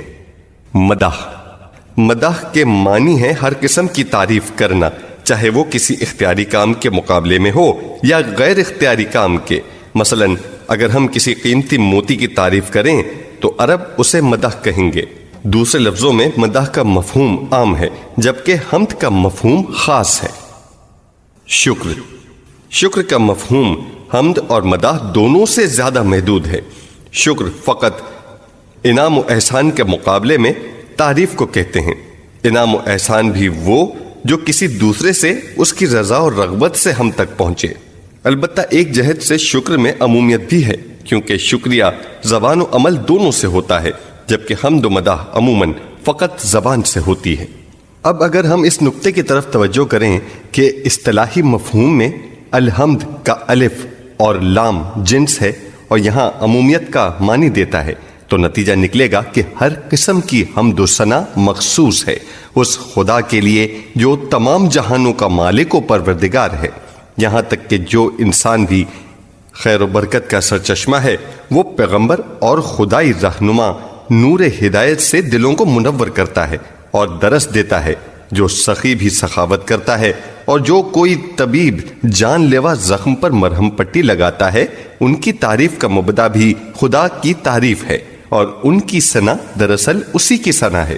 بلکہ اگر خورشید نور افشانی کرتا ہے، بادل بارش برساتا ہے اور زمین اپنی برکتیں ہمیں دیتی ہے تو یہ سب کچھ بھی اسی کی جانب سے ہے، لہذا تمام تعریفوں کی بازگشت اسی ذات بابرکت کی طرف ہے۔ دوسرے لفظوں میں الحمدللہ رب العالمین توحید ذات، توحید صفات اور توحید افعال کی طرف اشارہ ہے۔ اس بات پر خصوصی غور کیجیے گا، یہاں اللہ کی توصیف رب العالمین سے کی گئی ہے۔ اصولی طور پر یہ مدعا کے ساتھ دلیل پیش کی گئی ہے، گویا کوئی سوال کر رہا ہو کہ تمام تعریفیں اللہ کے لیے کیوں مخصوص ہیں، تو جواب دیا جا رہا ہے چونکہ وہ رب العالمین ہے، یعنی تمام جہانوں میں رہنے والوں کا پروردگار ہے۔ قرآن مجید میں ارشاد ہے الذی احسن کل شیء خلقہ، یعنی خدا وہ ہے جس نے ہر چیز کی خلقت کو بہترین صورت میں انجام دیا۔ سورہ سجدہ آیت 7۔ نیز فرمایا وما من دابة في الأرض إلا على الله رزقها، نیز فرمایا زمین میں چلنے والے ہر کسی کی روزی خدا کے ذمہ ہے۔ سورہ ہود آیت 6۔ کلمہ حمد سے یہ بات واضح طور پر معلوم ہوتی ہے کہ خداوند عالم نے یہ تمام عطیات اور نیکیاں اپنے ارادہ و اختیار سے ایجاد کی ہیں، اور یہ بات ان لوگوں کے نقطہ نظر کے خلاف ہے جو یہ کہتے ہیں کہ خدا بھی سورج کی طرح ایک مبدا مجبور فیض بخش ہے۔ یہاں یہ بات بھی قابل غور ہے کہ حمد صرف ابتدائے کار میں ضروری نہیں بلکہ اختتام کار پر بھی لازم ہے، جیسا کہ قرآن ہمیں تعلیم دیتا ہے۔ اہل بہشت کے بارے میں ہے دعواهم فيها سبحانك اللهم وتحيتهم فيها سلام وآخر دعواهم ان الحمد لله رب العالمين۔ پہلے تو وہ کہیں گے کہ اللہ تو ہر عیب و نقص سے منزہ ہے، ایک دوسرے سے ملاقات کے وقت سلام کہیں گے اور ہر بات کے خاتمے پر کہیں گے الحمدللہ رب العالمین۔ سورہ یونس آیت 10۔ کلمہ رب کے اصل معنی ہے کسی چیز کا مالک یا صاحب جو اس کی تربیت و اصلاح کرتا ہو۔ کلمہ ربیبہ کسی شخص کی بیوی کی اس بیٹی کو کہتے ہیں جو اس کے کسی پہلے شوہر سے ہو۔ لڑکی اگرچہ دوسرے شوہر سے ہوتی ہے لیکن منہ بولے باپ کی نگرانی میں پرورش پاتی ہے۔ لفظ رب مطلق اور اکیلا تو صرف خدا کے لیے بولا جاتا ہے، اگر غیر خدا کے لیے استعمال ہو تو ضروری ہے کہ اضافت بھی ساتھ ہو۔ مثلا ہم کہتے ہیں رب الدار صاحب خانہ یا رب السفینہ کشتی والا۔ قاموس اللغات مفردات راغب۔ تفسیر مجمع البیان تفسیر البیان۔ تفسیر مجمع البیان میں ایک اور معنی بھی ہے، بڑا شخص جس کے حکم کی اطاعت کی جاتی ہو۔ بعید نہیں کہ دونوں معنی کی بازگشت ایک ہی اصل کی طرف ہو۔ یاد رہے کہ رب کا مادہ رب ہے نہ کہ ربو، یعنی یہ مضاعف ہے ناقص نہیں، لیکن رب کے اصل معنی پرورش اور تربیت ہے، اسی لیے فارسی میں عموماً اس کا ترجمہ پروردگار کرتے ہیں۔ لفظ عالمین عالم کی جمع ہے اور عالم کے معنی ہے مختلف موجودات کا وہ مجموعہ جو مشترکہ صفات کا حامل ہو یا جن کا زمان و مکان مشترک ہو۔ مثلا ہم کہتے ہیں کہ عالم انسان، عالم حیوان یا عالم گیاہ، یا پھر ہم کہتے ہیں عالم مشرق، عالم مغرب، عالم امروز یا عالم دیروز۔ لہذا عالم اکیلا جمعیت کا معنی رکھتا ہے، اور جب عالمین کی شکل میں جمع کا صیغہ ہو تو پھر اس سے اس جہان کے تمام مجموعوں کی طرف اشارہ ہوگا۔ یہاں یہ سوال پیدا ہوگا کہ یا نون والی جمع عموماً ذی العقول کے لیے آتی ہے، جبکہ اس جہان کے سب عالم تو صاحب عقل نہیں ہیں۔ اسی لیے بعض مفسرین یہاں لفظ عالمین سے صاحبان عقل کے گروہوں اور مجموعوں کی طرف اشارہ سمجھتے ہیں، مثلاً فرشتے، انسان اور جن۔ یہ احتمال بھی ہے کہ یہ جمع تغلیبی ہو، جس کا مقصد مختلف صفات کے حامل مجموعے کو صنف کی صفت سے متصف کیا جانا ہے۔ صاحب تفسیر المنار کہتے ہیں ہمارے جد امام صادق ان پر اللہ کا رضوان ہو سے منقول ہے کہ عالمین سے مراد صرف انسان ہیں۔ مزید لکھتے ہیں کہ قرآن مجید میں بھی عالمین اسی معنی کے لیے آیا ہے، جیسا کہ لِيَكُونَ الْعَالَمِينَ نَذِيرًا، یعنی خداوند عالم نے قرآن اپنے بندے پر اتارا تاکہ وہ عالمین کو ڈرائے۔ سورہ فرقان آیت 1۔ تفسیر الثقلین جلد 1 صفحہ 17۔ لیکن اگر عالمین کے مواد استعمال قرآن میں دیکھے جائیں تو ہمیں نظر آئے گا کہ اگرچہ بہت سے مقامات پر لفظ عالمین انسانوں کے معنی میں آیا ہے، تاہم بعض موارد میں اس سے وسیع تر مفہوم کے لیے بھی استعمال ہوا ہے، جہاں اس سے انسانوں کے علاوہ دیگر موجودات بھی مراد ہیں۔ مثلاً فَلِلَّهِ الْحَمْدُ رَبِّ السَّمَاوَاتِ وَرَبِّ الْأَرْضِ رَبِّ الْعَالَمِينَ، تعریف و ستائش مخصوص ہے اس خدا کے لیے جو آسمانوں اور زمین کا مالک و پروردگار ہے، جو مالک و پروردگار ہے عالمین کا۔ سورہ الجاثیہ آیت 36۔ ایک اور مقام پر ارشاد ہے قال فرعون وما رب العالمين قال رب السماوات والأرض وما بينهما۔ فرعون نے کہا عالمین کا پروردگار کون ہے؟ موسیٰ نے جواب دیا آسمانوں، زمین اور جو کچھ ان دونوں کے درمیان ہے ان کا پروردگار۔ سورہ شورى آیت 23-24۔ قابل توجہ بات یہ ہے کہ ایک روایت میں جو شیخ صدوق نے عیون الاخبار الرضا میں حضرت علی سے نقل کی ہے، اس میں ہے کہ امام نے الحمدللہ رب العالمین کی تفسیر کے ضمن میں فرمایا رب العالمین سے مراد تمام مخلوقات کا مجموعہ ہے، چاہے وہ بے جان ہوں یا جاندار۔ تفسیر الثقلین جلد 1 صفحہ 17۔ جہاں یہ اشتباہ نہیں ہونا چاہیے کہ شاید ان روایات میں کوئی تضاد ہے، کیونکہ لفظ عالمین کا مفہوم اگرچہ وسیع ہے لیکن تمام موجودات عالم کا سہرا مہرا انسان ہے، لہذا بعض اوقات اس پر انگشت رکھ دی جاتی ہے اور باقی کائنات کو اس کا تابع اور اس کے زیر سایہ سمجھا جاتا ہے۔ اسی لیے اگر امام سجاد کی روایت میں اس کی تفسیر انسان کی گئی ہے تو اس کی وجہ یہ ہے کہ اس مجموعہ کائنات کا اصلی ہدف و مقصد انسان ہی ہے۔ یہ نقطہ بھی قابل توجہ ہے کہ بعض نے عالم کی دو حصوں میں تقسیم کی ہے، عالم کبیر اور عالم صغیر۔ عالم صغیر سے ان کی مراد انسان کا وجود ہے، کیونکہ ایک انسان کا وجود مختلف توانائیوں اور قوہ کا مجموعہ ہے اور اس بڑے عالم پر حاکم ہے، اور حقیقت تو یہ ہے کہ انسان تمام کائنات میں ایک نمونہ اور ماڈل کی حیثیت رکھتا ہے۔ ہم نے عالم سے جو وسیع مفہوم مراد لیا ہے اس کا سبب یہ ہے کہ لفظ عالمین جملہ الحمدللہ کے بعد آیا ہے۔ اس جملے میں تمام تعریف و ستائش کو خدا کے ساتھ مختص قرار دیا گیا ہے۔ اس کے بعد رب العالمین کو بطور دلیل ذکر کیا گیا ہے۔ گویا ہم کہتے ہیں کہ تمام تعریفیں مخصوص ہیں خدا کے لیے، کیونکہ ہر کمال، ہر نعمت اور ہر بخشش جو عالم میں وجود رکھتی ہے اس کا مالک و صاحب اور پروردگار وہی ہے۔ چند اہم نکات۔ 1. تمام ارباب انواع کی نفی۔ تاریخ ادیان و مذاہب کے مطالعے سے معلوم ہوتا ہے کہ صحیح توحید سے منحرف لوگ ہمیشہ اس جہان کے لیے ارباب انواع کے قائل تھے۔ اس غلط فکر کی بنیاد یہ تھی کہ ان کے گمان کے مطابق موجودات کی ہر نوع ایک مستقل رب نوع کی محتاج جو اس نوع کی تربیت و رہبری کرتا ہے۔ گویا وہ خدا کو ان انواع کی تربیت کے لیے کافی نہیں سمجھتے تھے، یہاں تک کہ وہ عشق، عقل، تجارت اور جنگ جیسے امور کے لیے بھی رب نوعی کے قائل تھے۔ یونانی 12 بڑے خداؤں کی عبادت کرتے تھے جن میں سے ہر کوئی رب النوع تھا۔ یونانیوں کے بقول وہ اولمپک کی چوٹی پر بزم خدائی سجائے بیٹھے تھے اور ان میں سے ہر ایک انسان کی ایک صفت کا مظہر تھا۔ اعلام القرآن صفحہ 202۔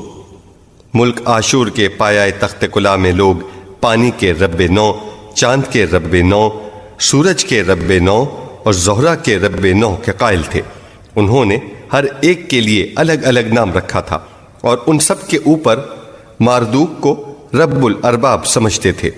روم میں بھی بہت سے خدا مروج تھے۔ شرک، تعدد خدا اور ارباب انواع کا بازار شاید وہاں سب سے زیادہ گرم تھا۔ اہل روم تمام خداؤں کو 2 حصوں میں تقسیم کرتے تھے، گھریلو خدا اور حکومتی خدا۔ خدایان حکومت سے لوگوں کو زیادہ لگاؤ نہ تھا کیونکہ وہ ان کی حکومت سے خوش نہ تھے۔ ان خداؤں کی تعداد بہت زیادہ تھی کیونکہ ہر خدا کی ایک خاص پوسٹ تھی اور وہ لامحدود معاملات میں دخیل ہوتا تھا۔ عالم یہ تھا کہ گھر کے دروازے کا ایک مخصوص خدا تھا، بلکہ ڈیوڑی اور صحن کا بھی الگ الگ رب النوع تھا۔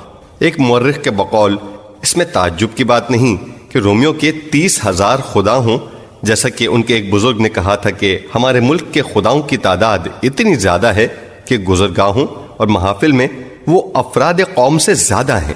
ان خداؤں میں سے زراعت، باورچی خانہ، غلہ خانہ، گھر، گیس، آگ، میوہ جات، دروازہ، درخت، تاک، جنگل، حریق، شہر روم کے بڑے دروازے اور قومی آتش کدا کے رب نوع شمار کیے جا سکتے ہیں۔ تاریخ البرمالا جلد 1 فصل 4 تاریخ زم۔ خلاصہ یہ کہ گزشتہ زمانے میں انسان قسم قسم کے خرافات سے دست و گریباں تھا، جیسا کہ اب بھی اس زمانے کی یادگار بعض خرافات باقی رہ گئے ہیں۔ نزول قرآن کے زمانے میں بھی بہت سے بتوں کی پوجا اور تعظیم کی جاتی تھی، اور شاید وہ سب یا ان میں سے بعض پہلے ارباب انواع کے جانشین بھی ہوں۔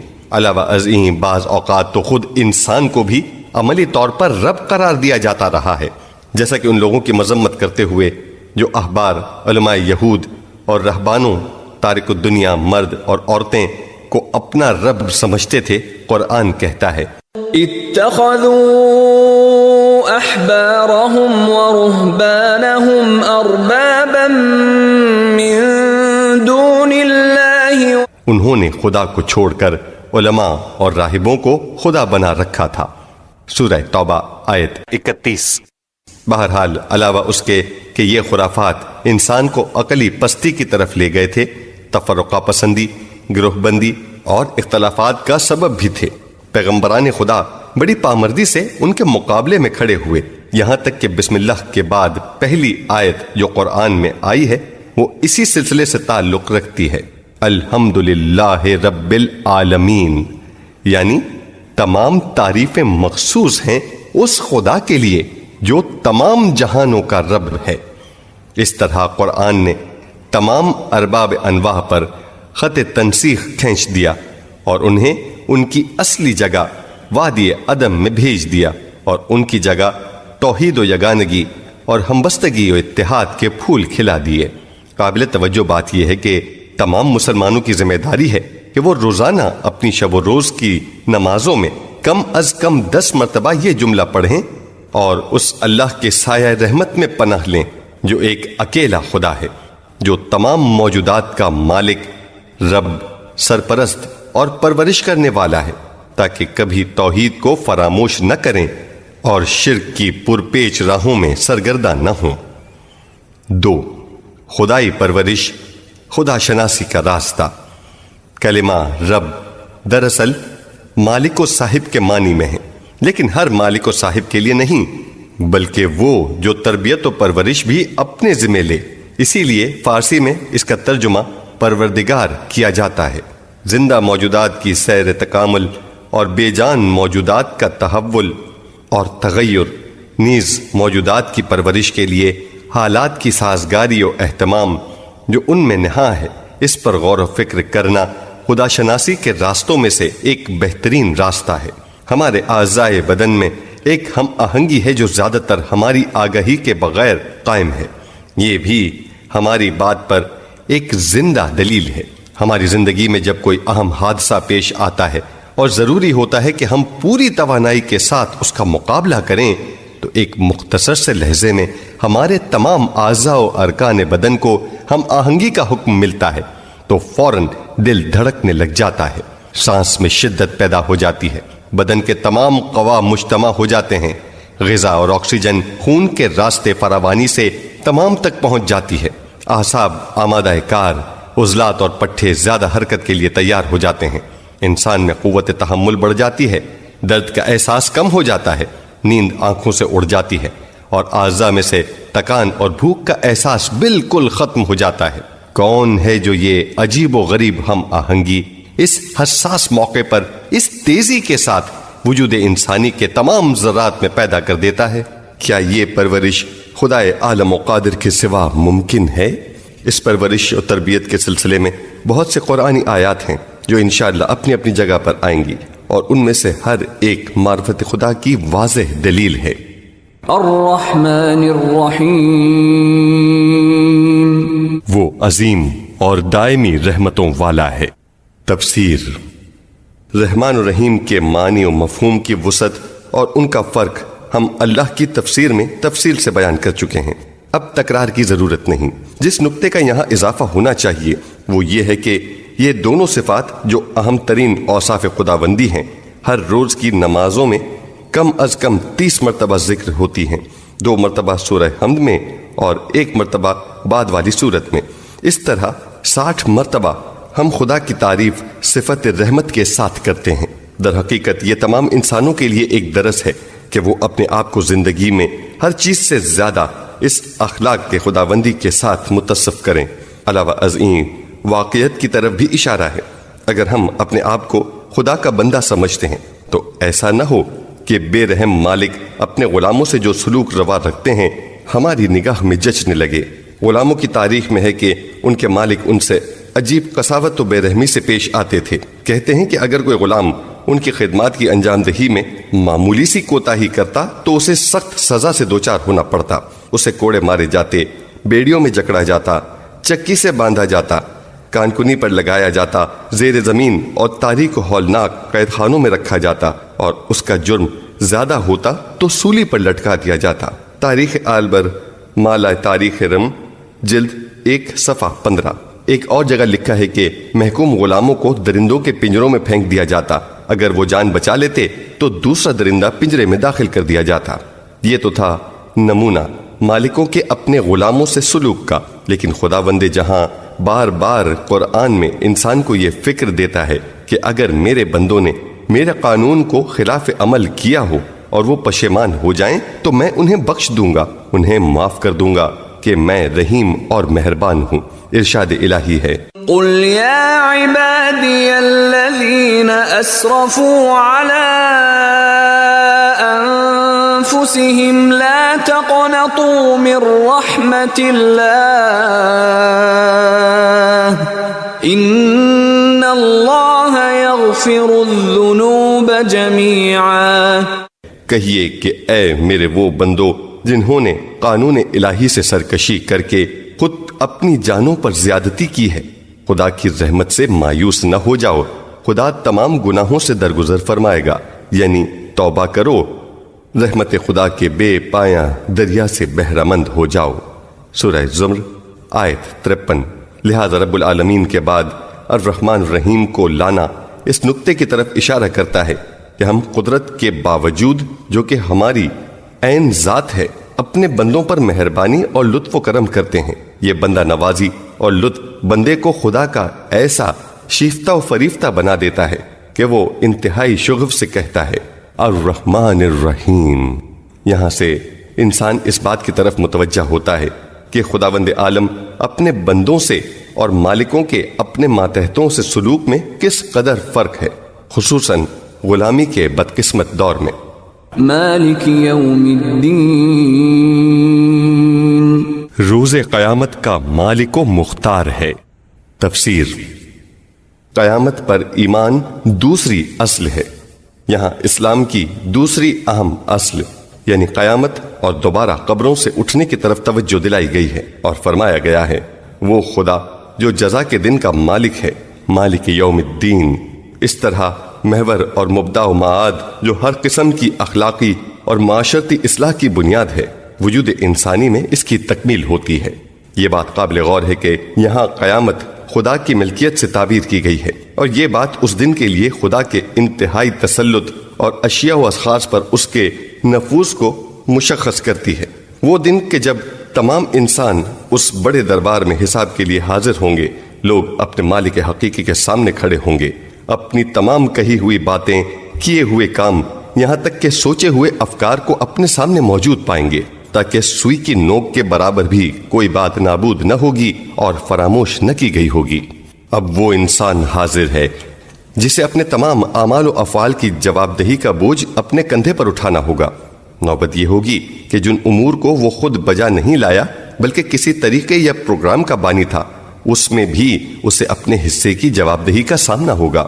اس میں شک و شبہ نہیں کہ خداوند عالم کی یہ مالکیت اس طرح سے اعتباری نہیں جس طرح اس دنیا میں چیزیں ہماری ملک ہیں، کیونکہ ہماری ملکیت تو ایک قرارداد کی بنا پر ہے یا اعزازی و اسنادی ہے۔ دوسرے اسناد و اعزاز کے ساتھ یہ ملکیت ختم بھی ہو سکتی ہے، لیکن جہان ہستی کے لیے خدا کی مالکیت حقیقی ہے، اور موجودات کا خدا کے ساتھ ایک ربط ہے جو ایک لحظے کے لیے منقطع ہو جائے تو نابود ہو جائیں۔ جیسے بجلی کے کمکموں کا رابطہ اپنے بجلی گھر سے ٹوٹ جائے تو اسی لمحہ روشنی ختم ہو جائے۔ دوسرے لفظوں میں اس کی مالکیت خالصیت اور ربوبیت کا نتیجہ ہے۔ وہ ذات جس نے موجودات کو خلق کیا، اپنی رحمت کے زیر نظر ان کی پرورش کی اور لمحہ بلمحہ انہیں فیض وجود ہستی بخشا، وہی موجودات کا حقیقی مالک ہے۔ ایک حقیر سا نمونہ مالکیت حقیقی کا ہم اپنی ذات میں اپنے اعضائے بدن کے بارے میں ملاحظہ کر سکتے ہیں۔ ہم آنکھ، کان، دل اور اپنے اعصاب کے مالک ہیں۔ اس سے مراد اعتباری مالکیت نہیں بلکہ ایک قسم کی حقیقی مالکیت ہے جس کا سرچشمہ ربط، تعلق اور احاطہ ہے۔ یہاں ایک سوال پیدا ہوتا ہے کہ کیا خدا اس جہان کا مالک نہیں؟ اگر ہے تو پھر کیوں ہم اسے مالک روز جزا کہتے ہیں؟ اس سوال کا جواب ایک نقطے کی طرف متوجہ ہونے سے واضح ہو جاتا ہے۔ وہ یہ ہے کہ خدا کی مالکیت اگرچہ دونوں جہانوں پر محیط ہے، لیکن اس مالکیت کا ظہور قیامت کے دن بہت زیادہ ہوگا، کیونکہ اس دن تمام مادی رشتے اور اعتباری ملکیتیں ختم ہو جائیں گی۔ اس دن کسی شخص کی کوئی چیز نہیں ہوگی، یہاں تک کہ شفاعت بھی فرمان خدا سے ہوگی۔ یوم لا تملک نفس لنفس شیئا والامر یومئذ للہ۔ وہ دن کہ جب کوئی شخص کسی چیز کا مالک نہ ہوگا، کہ اس کے ذریعے کسی کی مدد کر سکے اور تمام معاملات خدا کے ہاتھ میں ہوں گے۔ سورہ الانفطار آیت 19۔ دوسرے الفاظ میں اس دنیا میں انسان دوسرے کی مدد کے لیے اٹھ کھڑا ہوتا ہے، کبھی زبان سے، کبھی مال سے، کبھی افرادی قوت اور کبھی مختلف کاموں سے دوسروں کو اپنی حمایت و مدد فراہم کرتا ہے، لیکن اس دن ان امور میں سے کوئی بھی چیز نہ ہوگی۔ اسی لیے تو جب لوگوں سے سوال ہوگا لمن الملک اليوم،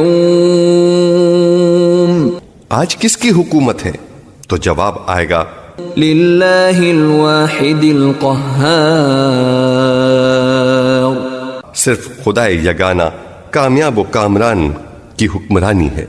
سورہ المومن آیت 16۔ قیامت کے دن پر اور اس بڑی عدالت گاہ پر ایمان کہ جس میں تمام چیزوں کا بڑی باریک بینی سے حساب لیا جائے گا، انسان کو غلط اور ناشائستہ اعمال سے روکنے کے لیے بہت مؤثر ہے۔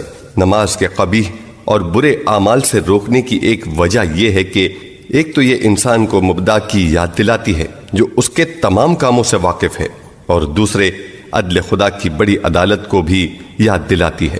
روز قیامت خدا کی مالکیت پر ایمان کا فائدہ یہ بھی ہے کہ قیامت کا اعتقاد رکھنے والے مشرکین اور منکرین قیامت کے مقابل قرار پاتا ہے، کیونکہ آیات قرآنی سے واضح طور پر معلوم ہوتا ہے کہ اللہ پر ایمان ایک عمومی عقیدہ تھا، یہاں تک کہ زمانہ جاہلیت کے مشرکین بھی یہ عقیدہ رکھتے تھے۔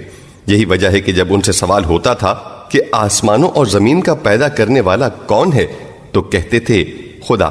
وَلَئِن سَأَلْتَهُم مَّنْ خَلَقَ السَّمَاوَاتِ وَالْأَرْضَ لَيَقُولُنَّ اللَّهُ، اور اگر آپ ان سے دریافت کریں آسمانوں اور زمین کا خالق کون ہے، تو ضرور کہیں گے اللہ۔ سورہ لقمان آیت 25۔ جبکہ وہ لوگ پیغمبر اکرم سے قیامت کے متعلق گفتگو کرتے ہوئے ایک عجیب و غریب انکار کرتے اور اسے تسلیم کرنے پر آمادہ نہ ہوتے۔ قرآن حکیم میں ہے وقال الذين كفروا هل ندلكم على رجل ينبئكم إذا مزقتم كل ممزق إنكم لفي خلق جديد أفترى على الله كذبا أم به جنة۔ کافر کہتے ہیں کیا تمہیں ایسے شخص سے متعارف کرائیں جو یہ کہتا ہے کہ جب تم خاک ہو کر ریزہ ریزہ ہو جاؤ گے تو تمہارے ان منتشر اجزاء کو سمیٹ کر پھر سے زندہ کیا جائے گا، جانے وہ خدا پر جھوٹ باندھتا ہے یا دیوانہ ہے۔ سورہ سبا آیت 7-8۔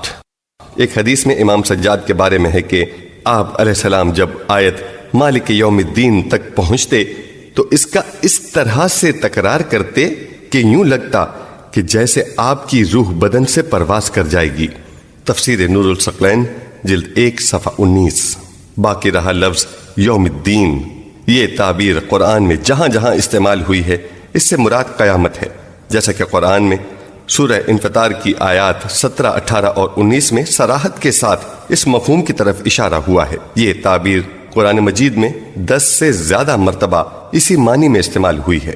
اب رہی یہ گفتگو کہ اس دن کو یوم الدین کیوں کہتے ہیں، تو اس کی وجہ یہ ہے کہ وہ دن جزا کا دن ہے، اور دین لغت میں جزا کے معنی میں ہے، اور قیامت کا واضح ترین پروگرام جزا و سزا اور عفظ و ثواب ہے۔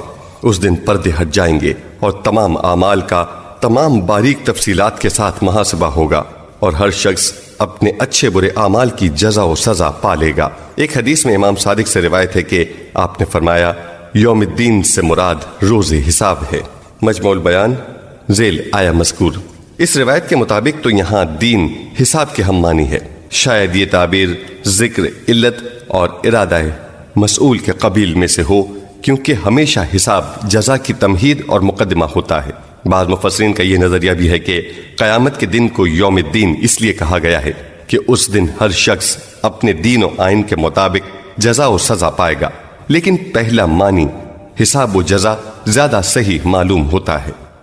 إياك نعبد وإياك نستعين، پروردگار ہم تیری ہی عبادت کرتے ہیں اور تجھی سے مدد چاہتے ہیں۔ تفسیر یہاں سے ابتدا ہوتی ہے انسان کے دربار خدا میں پیش ہو کر حاجات اور تقاضوں کو بیان کرنے کی۔ حقیقت میں گفتگو کا لب و لہجہ یہاں سے بدل جاتا ہے، کیونکہ گزشتہ آیات میں خدا کی حمد و ثنا اور اس کی ذات پاک پر ایمان کا اظہار نیز قیامت کا اعتراف تھا، لیکن یہاں سے گویا بندہ اس محکم عقیدے اور معرفت پروردگار کی وجہ سے اپنے آپ کو اس کے حضور اور اس کی ذات پاک کے روبرو دیکھنے لگ جاتا ہے، اسے مخاطب کر کے پہلے اپنی اہدیت کا اظہار کرتا ہے اور پھر اس سے طلب امداد کے لیے گفتگو کرتے ہوئے کہتا ہے کہ میں صرف تیری پرستش کرتا ہوں اور تجھی سے مدد چاہتا ہوں۔ ایاک نعبد و ایاک نستعین۔ دوسرے لفظوں میں یوں کہا جا سکتا ہے کہ جب گزشتہ آیات کے مفاہیم انسان کی روح میں سرایت کر جاتے ہیں، اس کے وجود کی گہرائیاں اس اللہ کے نور سے روشن ہو جاتی ہیں جو تمام جہانوں کا پالنے والا ہے، اور اس کی عمومی و خصوصی رحمت اور روز جزا کی مالکیت کو جان لیتا ہے، تو اب عقیدے کے لحاظ سے فرد کامل نظر آنے لگتا ہے۔ توحید کے اس گہرے عقیدے کا پہلا ثمرہ اور نتیجہ یہ ہے کہ ایک طرف انسان خدا کا خالص بندہ بن جاتا ہے، بتوں، جباروں اور شہوات و خواہشات کی عبادت کے دائرے سے نکل آتا ہے، اور دوسری طرف طلب امداد کے لیے اس کی ذات پاک کی طرف ہاتھ پھیلانے کے قابل ہو جاتا ہے۔ واقعہ یہ ہے کہ گزشتہ آیات توحید ذات و صفات بیان کر رہی ہیں، اور یہاں توحید عبادت اور توحید افعال سے متعلق گفتگو ہے۔ توحید عبادت یہ ہے کہ کسی شخص یا چیز کو ذات خدا کے علاوہ پرستش کے لائق نہ سمجھا جائے، صرف اس کے حکم کے سامنے سر تسلیم خم کیا جائے، صرف اس کے قوانین و احکام کو قبول کیا جائے، اور اس کی ذات پاک کے علاوہ کسی قسم کی عبادت و بندگی کرنے اور کسی اور کے سامنے سر افگندہ ہونے سے پرہیز کیا جائے۔ توحید افعال یہ ہے کہ سارے جہاں میں مؤثر حقیقی اسی کو سمجھا جائے، لا مؤثر فی الوجود الا اللہ، یعنی اللہ کے علاوہ کوئی مؤثر وجود نہیں رکھتا۔ اس کا مطلب یہ نہیں کہ عالم اسباب کا انکار کر دیا جائے اور سبب کی تلاش نہ کی جائے، بلکہ ہمیں یہ اعتقاد رکھنا چاہیے کہ ہر سبب کی یہ تاثیر حکم خدا کے تابع ہے۔ وہی ہے جس نے آگ کو جلانے، سورج کو روشنی دینے اور پانی کو حیات بخشنے کی تاثیر دی ہے۔ اس عقیدے کا نتیجہ یہ ہوگا کہ انسان صرف اللہ پر بھروسہ کرے گا اور قدرت و عظمت کو اسی سے مربوط سمجھے گا، اور اس کا غیر اس کی نظر میں فانی، زوال پذیر اور فاقد قدرت ہوگا۔ صرف خدا کی ذات قابل اعتماد و ستائش ہے، اور یہ لیاقت رکھتی ہے کہ انسان اسے تمام چیزوں میں اپنا سہارا قرار دے۔ یہ فکر اور اعتماد انسان کا ناطا تمام موجودات سے توڑ کر صرف خدا سے جوڑ دے گا، یہاں تک کہ اب وہ عالم اسباب کی تلاش بھی حکم خدا کے تحت کرتا ہے، یعنی اسباب میں بھی وہ قدرت خدا کا مشاہدہ کرتا ہے، کیونکہ خدا ہی مسبب الاسباب ہے۔ چند اہم نکات۔ 1. آیت میں حصر کا مفہوم۔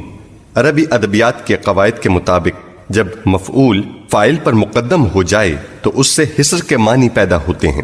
یہاں بھی ایاکا کا نعبد اور نستعین پر مقدم ہونا دلیل حصر ہے، اور اس کا نتیجہ وہی توحید عبادت اور توحید افعال ہے جسے ہم پہلے بیان کر آئے ہیں۔ اس سے ظاہر ہوتا ہے کہ بندگی اور عبودیت میں بھی ہم اس کی مدد کے محتاج ہیں، اور اس کے لیے بھی ہم اسی سے طلب اعانت کرتے ہیں، تاکہ کہیں انحراف، خود پسندی، ریاکاری اور ایسے دیگر امور میں گرفتار نہ ہو جائیں، کیونکہ یہ چیزیں عبودیت کو ریزہ ریزہ کر دیتی ہیں۔ دوسرے لفظوں میں یوں کہا جا سکتا ہے کہ ہم پہلے جملے میں کہتے ہیں کہ ہم صرف تیری پرستش کرتے ہیں، اس میں کچھ نہ کچھ استقلال کی بو آتی ہے، لہٰذا فوراً ایاکا نستعین سے ہم اس کی اصلاح کر لیتے ہیں۔ اس طرح بین الامرین، نہ جبر نہ تفویض، کو اپنی عبادت میں جمع کر لیتے ہیں۔ یہ حالت ہمارے تمام کاموں کے لیے ایک نمونہ ہے۔ 2. نعبد و نستعین، اور اسی طرح بعد کی آیات میں جمع کے صیغے آئے ہیں۔ یہ اس بات کی نشاندہی کرتے ہیں کہ عبادت اور خصوصاً نماز کی اساس جمع و جماعت پر رکھی گئی ہے، یہاں تک کہ جب بندہ خدا کے سامنے راز و نیاز کے لیے کھڑا ہوتا ہے تو اسے چاہیے کہ اپنے آپ کو جماعت و اجتماع کے ساتھ شمار کرے، چاہے جائے کہ اس کی زندگی کے دیگر کام۔ اس بنا پر ہر قسم کی انفرادیت، علیحدگی، گوشہ نشینی اور اس قسم کی چیزیں قرآن اور اسلام کی نظر میں مردود قرار پاتی ہیں۔ نماز میں اذان و اقامت، جو نماز کے لیے اجتماع کی دعوت ہے، سے لے کر حی علی الصلاۃ، نماز کی طرف جلدی آؤ، سے گزرتے ہوئے سورہ الحمد تک، جو نماز کی ابتدا اور السلام علیکم تک جو نماز کا اختتام ہے، سب اس امر کی دلیل ہے کہ یہ عبادت دراصل اجتماعی پہلو رکھتی ہے، یعنی اسے صورت جماعت میں انجام پذیر ہونا چاہیے۔ اگرچہ یہ صحیح ہے کہ نماز فرادہ بھی اسلام میں صحیح ہے، لیکن عبادت فرادہ جنبہ فرعی کی حامل ہے اور ایسی عبادت دوسرے درجے کی عبادت قرار پاتی ہے۔ 3، طاقتوں کے ٹکراؤ کے وقت استعانت خدا کی طلب۔ انسان اس جہاں میں کئی ایک طاقتوں سے نبرد آزما ہے، چاہے وہ طاقتیں طبعی و مادی ہوں یا انسان کے اندر کی طاقتیں۔ تباہ و برباد اور منحرف کرنے والی چیزوں کا مقابلہ کرنے کے لیے انسان کو یار و مددگار کی ضرورت ہے۔ یہی وہ مقام ہے جہاں انسان اپنے تئیں پروردگار کے سایہ حمایت کے سپرد کرتا ہے۔ ہر روز انسان بستر خواب سے اٹھتا ہے اور ایاک نعبد و ایاک نستعین کے تکرار سے پروردگار کی عبودیت کا اعتراف کر کے اس کی ذات پاک سے اس بڑے مقابلے میں مدد حاصل کرتا ہے، اور شام کے وقت بھی اسی جملے کی تکرار سے سر اپنے بستر پر رکھتا ہے، گویا اس کی یاد سے اٹھتا ہے اور اسی کو یاد کرتے ہوئے طلب استعانت کے بعد سوتا ہے۔ ایسا شخص کتنا خوش نصیب ہے۔ یہی شخص ایمان کے اس درجے پر پہنچ جاتا ہے کہ پھر کسی سرکش و طاقتور کے سامنے سر نہیں جھکاتا اور مادیات کی کشش کے مقابلے میں اپنے آپ کو دھوکہ نہیں دیتا، اور وہ پیغمبر اسلام کی پیروی میں کہتا ہے، ان صلاتي ونسكي ومحياي ومماتي لله رب العالمين۔ یقیناً میری نماز، میری عبادت، میری زندگی اور میری موت سب کچھ اس خدا کے لیے ہے جو عالمین کا پروردگار ہے۔ سورۃ الانعام آیت 162۔ اهدنا الصراط المستقیم، ہمیں سیدھے راستے کی ہدایت فرماتا رہ۔ تفسیر، صراط مستقیم پر چلنا۔ پروردگار کے سامنے اظہار تسلیم، اس کی ذات کی عبودیت، اس سے طلب استعانت کے مرحلے تک پہنچ جانے کے بعد بندے کا پہلا تقاضا یہ ہے کہ اسے سیدھی راہ، پاکیزگی و نیکی کی راہ، عدل و داد کی راہ اور ایمان و عمل صالح کی راہ کی ہدایت نصیب ہو، تاکہ خدا جس نے اسے تمام نعمتوں سے نوازا ہے ہدایت سے بھی سرفراز فرمائے۔ اگرچہ یہ انسان ان حالات میں مومن ہے اور اپنے خدا کی معرفت رکھتا ہے، لیکن یہ امکان ہے کہ کسی لحظے یہ نعمت کچھ عوامل کے باعث اس سے چھن جائے اور یہ صراط مستقیم سے منحرف اور گمراہ ہو جائے۔ لہذا چاہیے کہ شب و روز میں 10 مرتبہ اپنے خدا سے خواہش کرے کہ اسے کوئی لغزش و انحراف درپیش نہ ہو۔ یہ صراط مستقیم جو بالفاظ دیگر آئین و دستور حق ہے کہ کئی مراتب و درجات ہیں، تمام افراد ان مدارج کو برابر طے نہیں کرتے۔ انسان جس قدر ان درجات کو طے کرے اس سے بلند تر درجات موجود ہیں۔ بس صاحب ایمان کو چاہیے کہ وہ خدا سے خواہش و دعا کرے کہ وہ اسے ان درجات کی ہدایت کرے۔ یہاں یہ مشہور سوال سامنے آتا ہے کہ ہم ہمیشہ خدا سے صراط مستقیم کی ہدایت کی درخواست کرتے رہتے ہیں، کیا ہم گمراہ ہیں؟ اور اگر بالفرض یہ بات ہمارے لیے درست ہے تو پیغمبر اکرم اور ائمہ اہل بیت جو انسان کامل کا نمونہ ہیں ان کے لیے کیوں کر صحیح ہے؟ اسی سوال کے جواب میں ہم کہتے ہیں، جیسے پہلے اشارہ کیا جا چکا ہے کہ انسان کے لیے راہ ہدایت میں ہر لمحہ لغزش و کجروی کا خوف ہے، لہذا چاہیے کہ اپنے آپ کو پروردگار کے اختیار میں دے دے اور اس سے تقاضا کرے کہ وہ اسے سیدھی راہ پر ثابت قدم رکھے۔ ہمیں فراموش نہیں کرنا چاہیے کہ وجود ہستی اور دیگر تمام نعمات لمحہ بلمحہ اس مبدأ عظیم ہی سے ہم تک پہنچی ہیں۔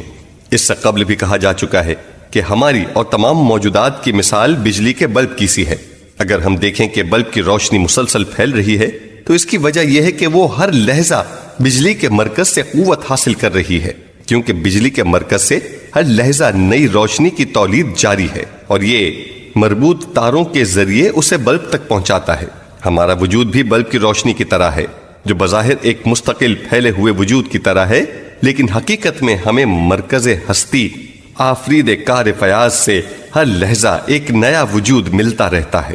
چونکہ ہمیں ہر لمحہ ایک تازہ وجود میسر آتا ہے، اس لیے ہم ہر لمحہ نئی ہدایت کے محتاج ہیں۔ یہ بات واضح ہے کہ خدا اور ہمارے درمیان رابطے کی معنوی تاروں میں اگر کوئی مانع پیدا ہو جائے، مثلاً بے راہ روی، ظلم، ناپاکی وغیرہ، تو اس سے منبع ہدایت کے ساتھ ہمارا رابطہ منقطع ہو جائے گا اور یوں ہم صراط مستقیم سے منحرف ہو جائیں گے۔ ہم خدا سے دعا کرتے ہیں کہ ہمیں یہ موانع پیش نہ آئیں اور ہم صراط مستقیم پر ثابت قدم رہیں۔ دوسری بات یہ ہے کہ ہدایت کے معنی ہے طریق تکامل کو طے کرنا، یعنی انسان تدریجاً مراحل نقص پیچھے چھوڑتا جائے اور مراحل بلند تک پہنچتا جائے۔ ہم یہ بھی جانتے ہیں کہ راہ کمال یعنی ایک کمال سے دوسرے کمال تک پہنچنے کا راستہ نامحدود ہے، گویا یہ ایک لامتناہی سلسلہ ہے۔ اس بنا پر کوئی تعجب نہیں کہ انبیاء و ائمہ علیہم السلام بھی خدا سے صراط مستقیم کی ہدایت کا تقاضا کریں، کیونکہ کمال مطلق تک تو صرف ذات خدا ہے اور باقی سب بلا استثناء سیر تکامل میں ہیں۔ لہذا کیا حرج ہے کہ وہ بھی خدا سے بالاتر درجات کی تمنا کریں۔ کیا ہم نبی اکرم پر درود و سلام نہیں بھیجتے؟ اور کیا درود دراصل محمد و آل محمد پر پروردگار عالم سے نئی رحمت کا تقاضا نہیں؟ کیا رسول اللہ نہیں فرماتے تھے رب زدنی علما، خدایا میرے علم اور ہدایت کو زیادہ فرما؟ کیا قرآن یہ نہیں کہتا وَيَزِيدُ اللَّهُ الَّذِينَ اهْتَدَوْا هُدًى؟ خدا ہدایت یافتہ لوگوں کی ہدایت میں اضافہ کرتا ہے۔ سورہ مریم آیت 76۔ یہ بھی قرآن میں ہے۔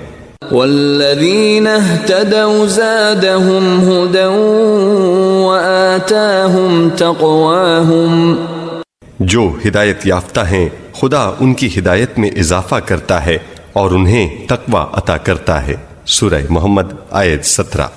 اس سے نبی اکرم اور ائمہ علیہ السلام پر درود بھیجنے کے متعلق سوال کا جواب مل جاتا ہے۔ ہم نے جو کچھ کہا ہے اس کی وضاحت کے لیے ذیل کی 2 حدیثوں کی طرف توجہ فرمائیں۔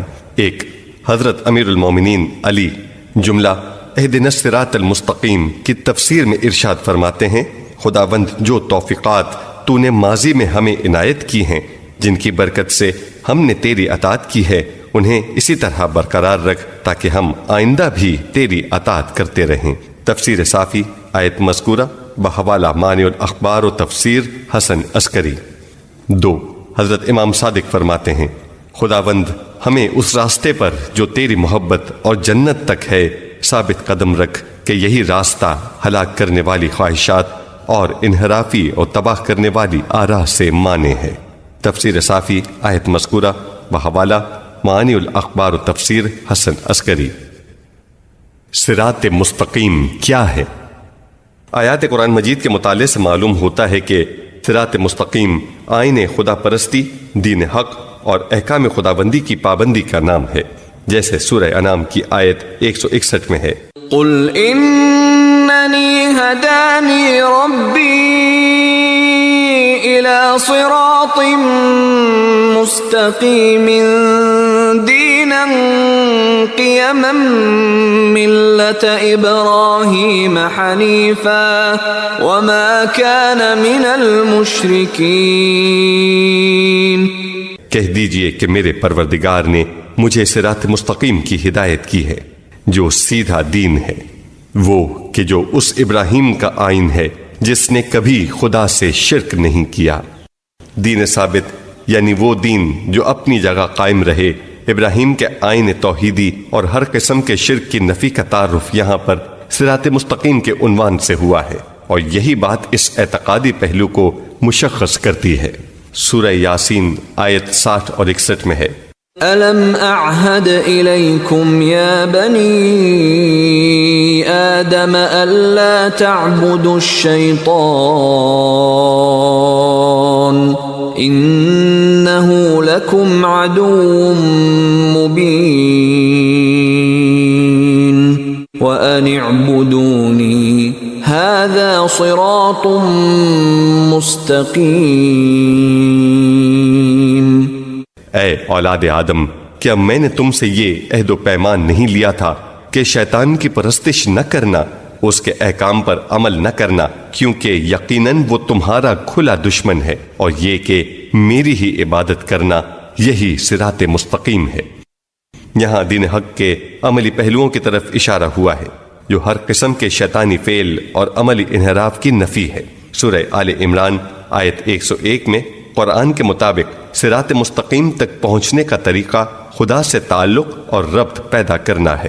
وَمَن يَعْتَصِم بِاللَّهِ فَقَدْ هُدِيَ إِلَى صِرَاطٍ مُسْتَقِيمٍ۔ جنہوں نے اللہ کے دامن رحمت کو تھامے رکھا انہی نے صراط مستقیم کی ہدایت پائی۔ اس نقطے کی طرف بھی نظر ضروری ہے کہ صراط مستقیم صرف ایک ہی راستہ ہے، کیونکہ دو نقطوں کے درمیان خط مستقیم صرف ایک ہی ہو سکتا ہے جو نزدیک ترین راستے کو تشکیل دیتا ہے۔ لہٰذا اگر قرآن کہتا ہے کہ صراط مستقیم دراصل اعتقادی و عملی پہلوؤں سے دین و آئین الہی ہے، تو اس کی وجہ یہی ہے کہ دین ہی نزدیک ترین راستہ ہے خدا سے ربط پیدا کرنے کا، اور یہی وجہ ہے کہ دین حقیقی و واقعی ہے فقط ایک۔ ان الدین عند اللہ الاسلام، دین خدا کے نزدیک اسلام ہی ہے۔ سورہ آل عمران آیت 19۔ انشاءاللہ ہم بعد میں بیان کریں گے کہ اسلام ایک وسیع معنی رکھتا ہے، اور اس میں ہر وہ آئین توحید شامل ہے جو کسی بھی زمانے میں جاری تھا اور کسی نئے آئین سے منسوخ نہیں ہوا۔ یہاں سے واضح ہوتا ہے کہ مفسرین نے صراط مستقیم کی جو مختلف تفاسیر بیان کی ہیں ان سب کی برگشت ایک ہی حقیقت کی طرف ہے۔ بعض نے اس کے معنی اسلام کیے ہیں، بعض نے قرآن، کچھ مفسرین نے اس سے رسول و ائمہ برحق مراد لیے ہیں، اور کچھ نے اللہ کا آئین کہ جس کے علاوہ خدا کو کوئی چیز قبول نہیں۔ ان تمام معنی کی برگشت اسی دین و آئین الہی کی طرف ہے، تمام تر اعتقادی و عملی پہلوؤں کے ساتھ۔ جو روایات مصادر اسلامی میں اس سلسلے میں وارد ہوئی ہیں ان میں سے ہر ایک اس مسئلے کے ایک زاویے کی طرف اشارہ کرتی ہے، سب کی بازگشت ایک ہی اصل کی طرف ہے۔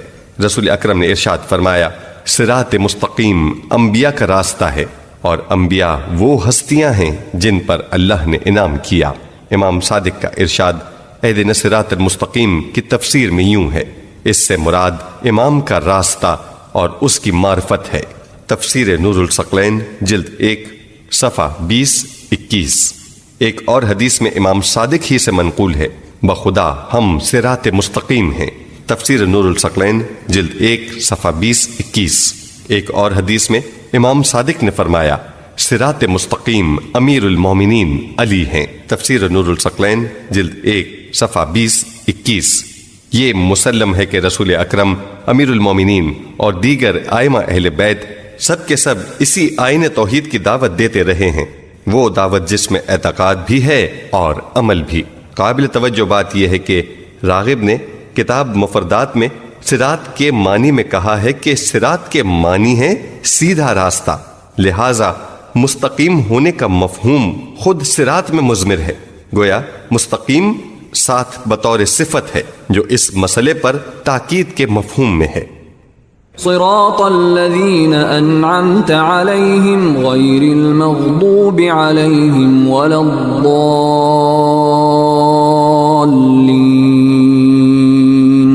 جو ان لوگوں کا راستہ ہے جن پر تو نے نعمتیں نازل کی ہیں، ان کا راستہ نہیں جن پر غضب نازل ہوا ہے یا جو بہکے ہوئے ہیں۔ تفسیر 2 انحرافی خطوط۔ یہ آیت حقیقت میں صراط مستقیم کی واضح تفسیر ہے جسے ہم گزشتہ آیت کے ذیل میں پڑھ چکے ہیں۔ دعا ہے کہ مجھے ان لوگوں کے راستے کی ہدایت فرما جنہیں قسم قسم کی نعمتوں سے نوازا ہے، نعمت ہدایت و نعمت توفیق، مروان حق کی رہبری کی نعمت، نعمت علم و عمل اور نعمت جہاد و شہادت۔ ان لوگوں کی راہ نہیں جن کے برے اعمال اور ٹیڑھے عقائد کے باعث تیرا غضب انہیں دامنگیر ہوا، اور نہ ہی ان لوگوں کی راہ جو شاہراہ حق کو چھوڑ کر بے راہ روی کے عالم میں ہیں، گمراہ و سرگرداں ہیں۔ صراط الذین انعمت علیہم غیر المغضوب علیہم ولا الضالین۔ حقیقت یہ ہے کہ چونکہ ہم راہ و رسم ہدایت سے پورے طور سے آشنا نہیں، لہٰذا خدا ہمیں دستور ہدایت دے رہا ہے کہ ہم انبیاء، صالحین اور دیگر وہ لوگ جو نعمت و الطاف الہی سے نوازے گئے ہیں ان کے راستے کی خواہش کریں۔ نیز ہمیں خبردار کیا گیا ہے کہ تمہارے سامنے 2 ٹیڑھے خطوط موجود ہیں، خط مغضوب علیہم اور خطِ ضالین، ان دونوں کی تفسیر ہم بہت جلد ذکر کریں گے۔ چند اہم نکات۔ 1، الذین انعمت علیہم کون ہیں؟ سورہ نساء آیت 69 میں اس گروہ کی نشاندہی یوں کی گئی ہے: ومن يطع الله والرسول فأولئك مع الذين أنعم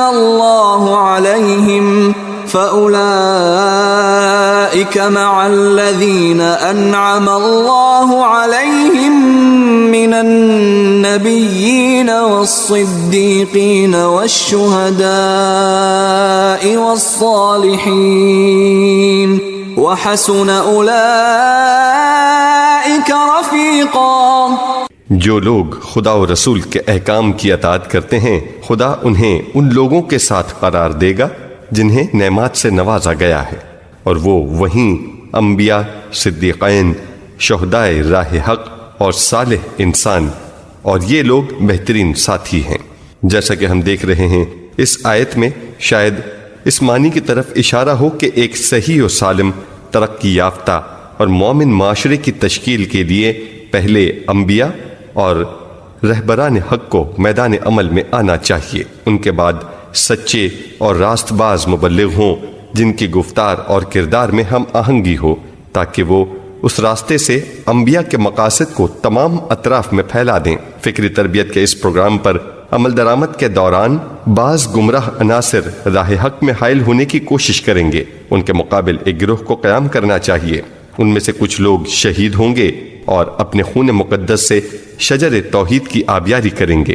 چوتھے مرحلے میں ان کوششوں کے نتیجے میں صالح لوگ وجود میں آئیں گے، اور یوں ایک پاک و پاکیزہ، شائستہ اور معنویت و روحانیت سے پر معاشرہ وجود میں آ جائے گا۔ اس لیے ہم روزانہ صبح و شام سورہ حمد میں پے بپے خدا سے دعا کرتے ہیں کہ ہم بھی ان 4 گروہوں کے طریق حق کے راہی قرار پائیں۔ حق کا راستہ انبیاء کا راستہ، صدیقین کا راستہ، شہداء کا راستہ اور صالحین کا راستہ ہے۔ واضح ہے کہ ہر زمانے کو انجام تک پہنچانے کے لیے ہمیں ان میں سے کسی خط کی پیروی میں اپنی ذمہ داری کو انجام دینا ہوگا۔ 2، مغضوب علیہم اور ضالین کون ہیں؟ ان دونوں کو آیت میں الگ الگ بیان کرنے سے ظاہر ہوتا ہے کہ ان میں سے ہر ایک کسی خاص گروہ کی طرف اشارہ ہے۔ دونوں میں فرق کے سلسلے میں 3 تفسیریں موجود ہیں۔ ایک، قرآن مجید میں دونوں الفاظ کے استعمال کے مواقع سے ظاہر ہوتا ہے کہ مغضوب علیہم کا مرحلہ ضالین سے سخت تر اور بدتر ہے۔ بالفاظ دیگر ضالین سے مراد عام گمراہ لوگ ہیں، اور مغضوب علیہم سے مراد لجوج، گمراہی پر مصر یا منافق ہیں۔ یہی وجہ ہے کہ کئی ایک موقعوں پر ایسے لوگوں کے لیے خدا کے غضب اور لعنت کا ذکر ہوا ہے۔ سورہ نحل آیت 106 میں ہے: وَلَكِن مَّن شَرَحَ بِالْكُفْرِ صَدْرًا فَعَلَيْهِمْ غَضَبٌ مِّنَ اللَّهِ۔ جنہوں نے کفر کے لیے اپنے سینوں کو کھول رکھا ہے، ان پر اللہ کا غضب ہے۔ سورہ فتح آیت 6 میں ہے: وَيُعَذِّبَ الْمُنَافِقِينَ وَالْمُنَافِقَاتِ وَالْمُشْرِكِينَ وَالْمُشْرِكَاتِ الظَّانِّينَ بِاللَّهِ ظَنَّ السَّوْءِ عَلَيْهِمْ دَائِرَةُ السَّوْءِ وَغَضِبَ اللَّهُ عَلَيْهِمْ وَلَعَنَهُمْ وَأَعَدَّ لَهُمْ جَهَنَّمَ۔ منافق مرد اور عورتیں اور مشرک مرد اور عورتیں جو خدا کے بارے میں برے گمان کرتے ہیں، خدا ان سب پر عذاب نازل کرے گا۔ ان سب پر اللہ کا غضب اور اس کی لعنت ہے۔ وہ انہیں اپنی رحمت سے دور رکھتا ہے، اور انہی کے لیے اس نے جہنم تیار کر رکھی ہے۔ بہرحال مغضوب علیہم وہ ہیں جو راہ کفر میں لجاجت و عناد اور حق سے دشمنی رکھنے کے علاوہ رہبران الہی اور انبیاء مرسلین کو ہر ممکن اذیت و آزار پہنچانے سے بھی گریز نہیں کرتے۔ سورہ آل عمران آیت 112 میں ہے: وَبَاءُوا بِغَضَبٍ مِّنَ اللَّهِ وَضُرِبَتْ عَلَيْهِمُ الْمَسْكَنَةُ ذلك بأنهم كانوا يكفرون بآيات الله ويقتلون الأنبياء بغير حق ذلك بما عصوا وكانوا يعتدون۔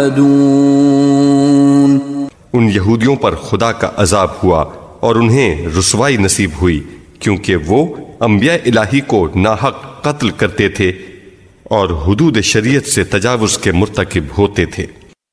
مفسرین کا ایک گروہ اس بات کا قائل ہے کہ ضالین سے منحرف عیسائی اور مغضوب علیہم سے منحرف یہودی مراد ہیں۔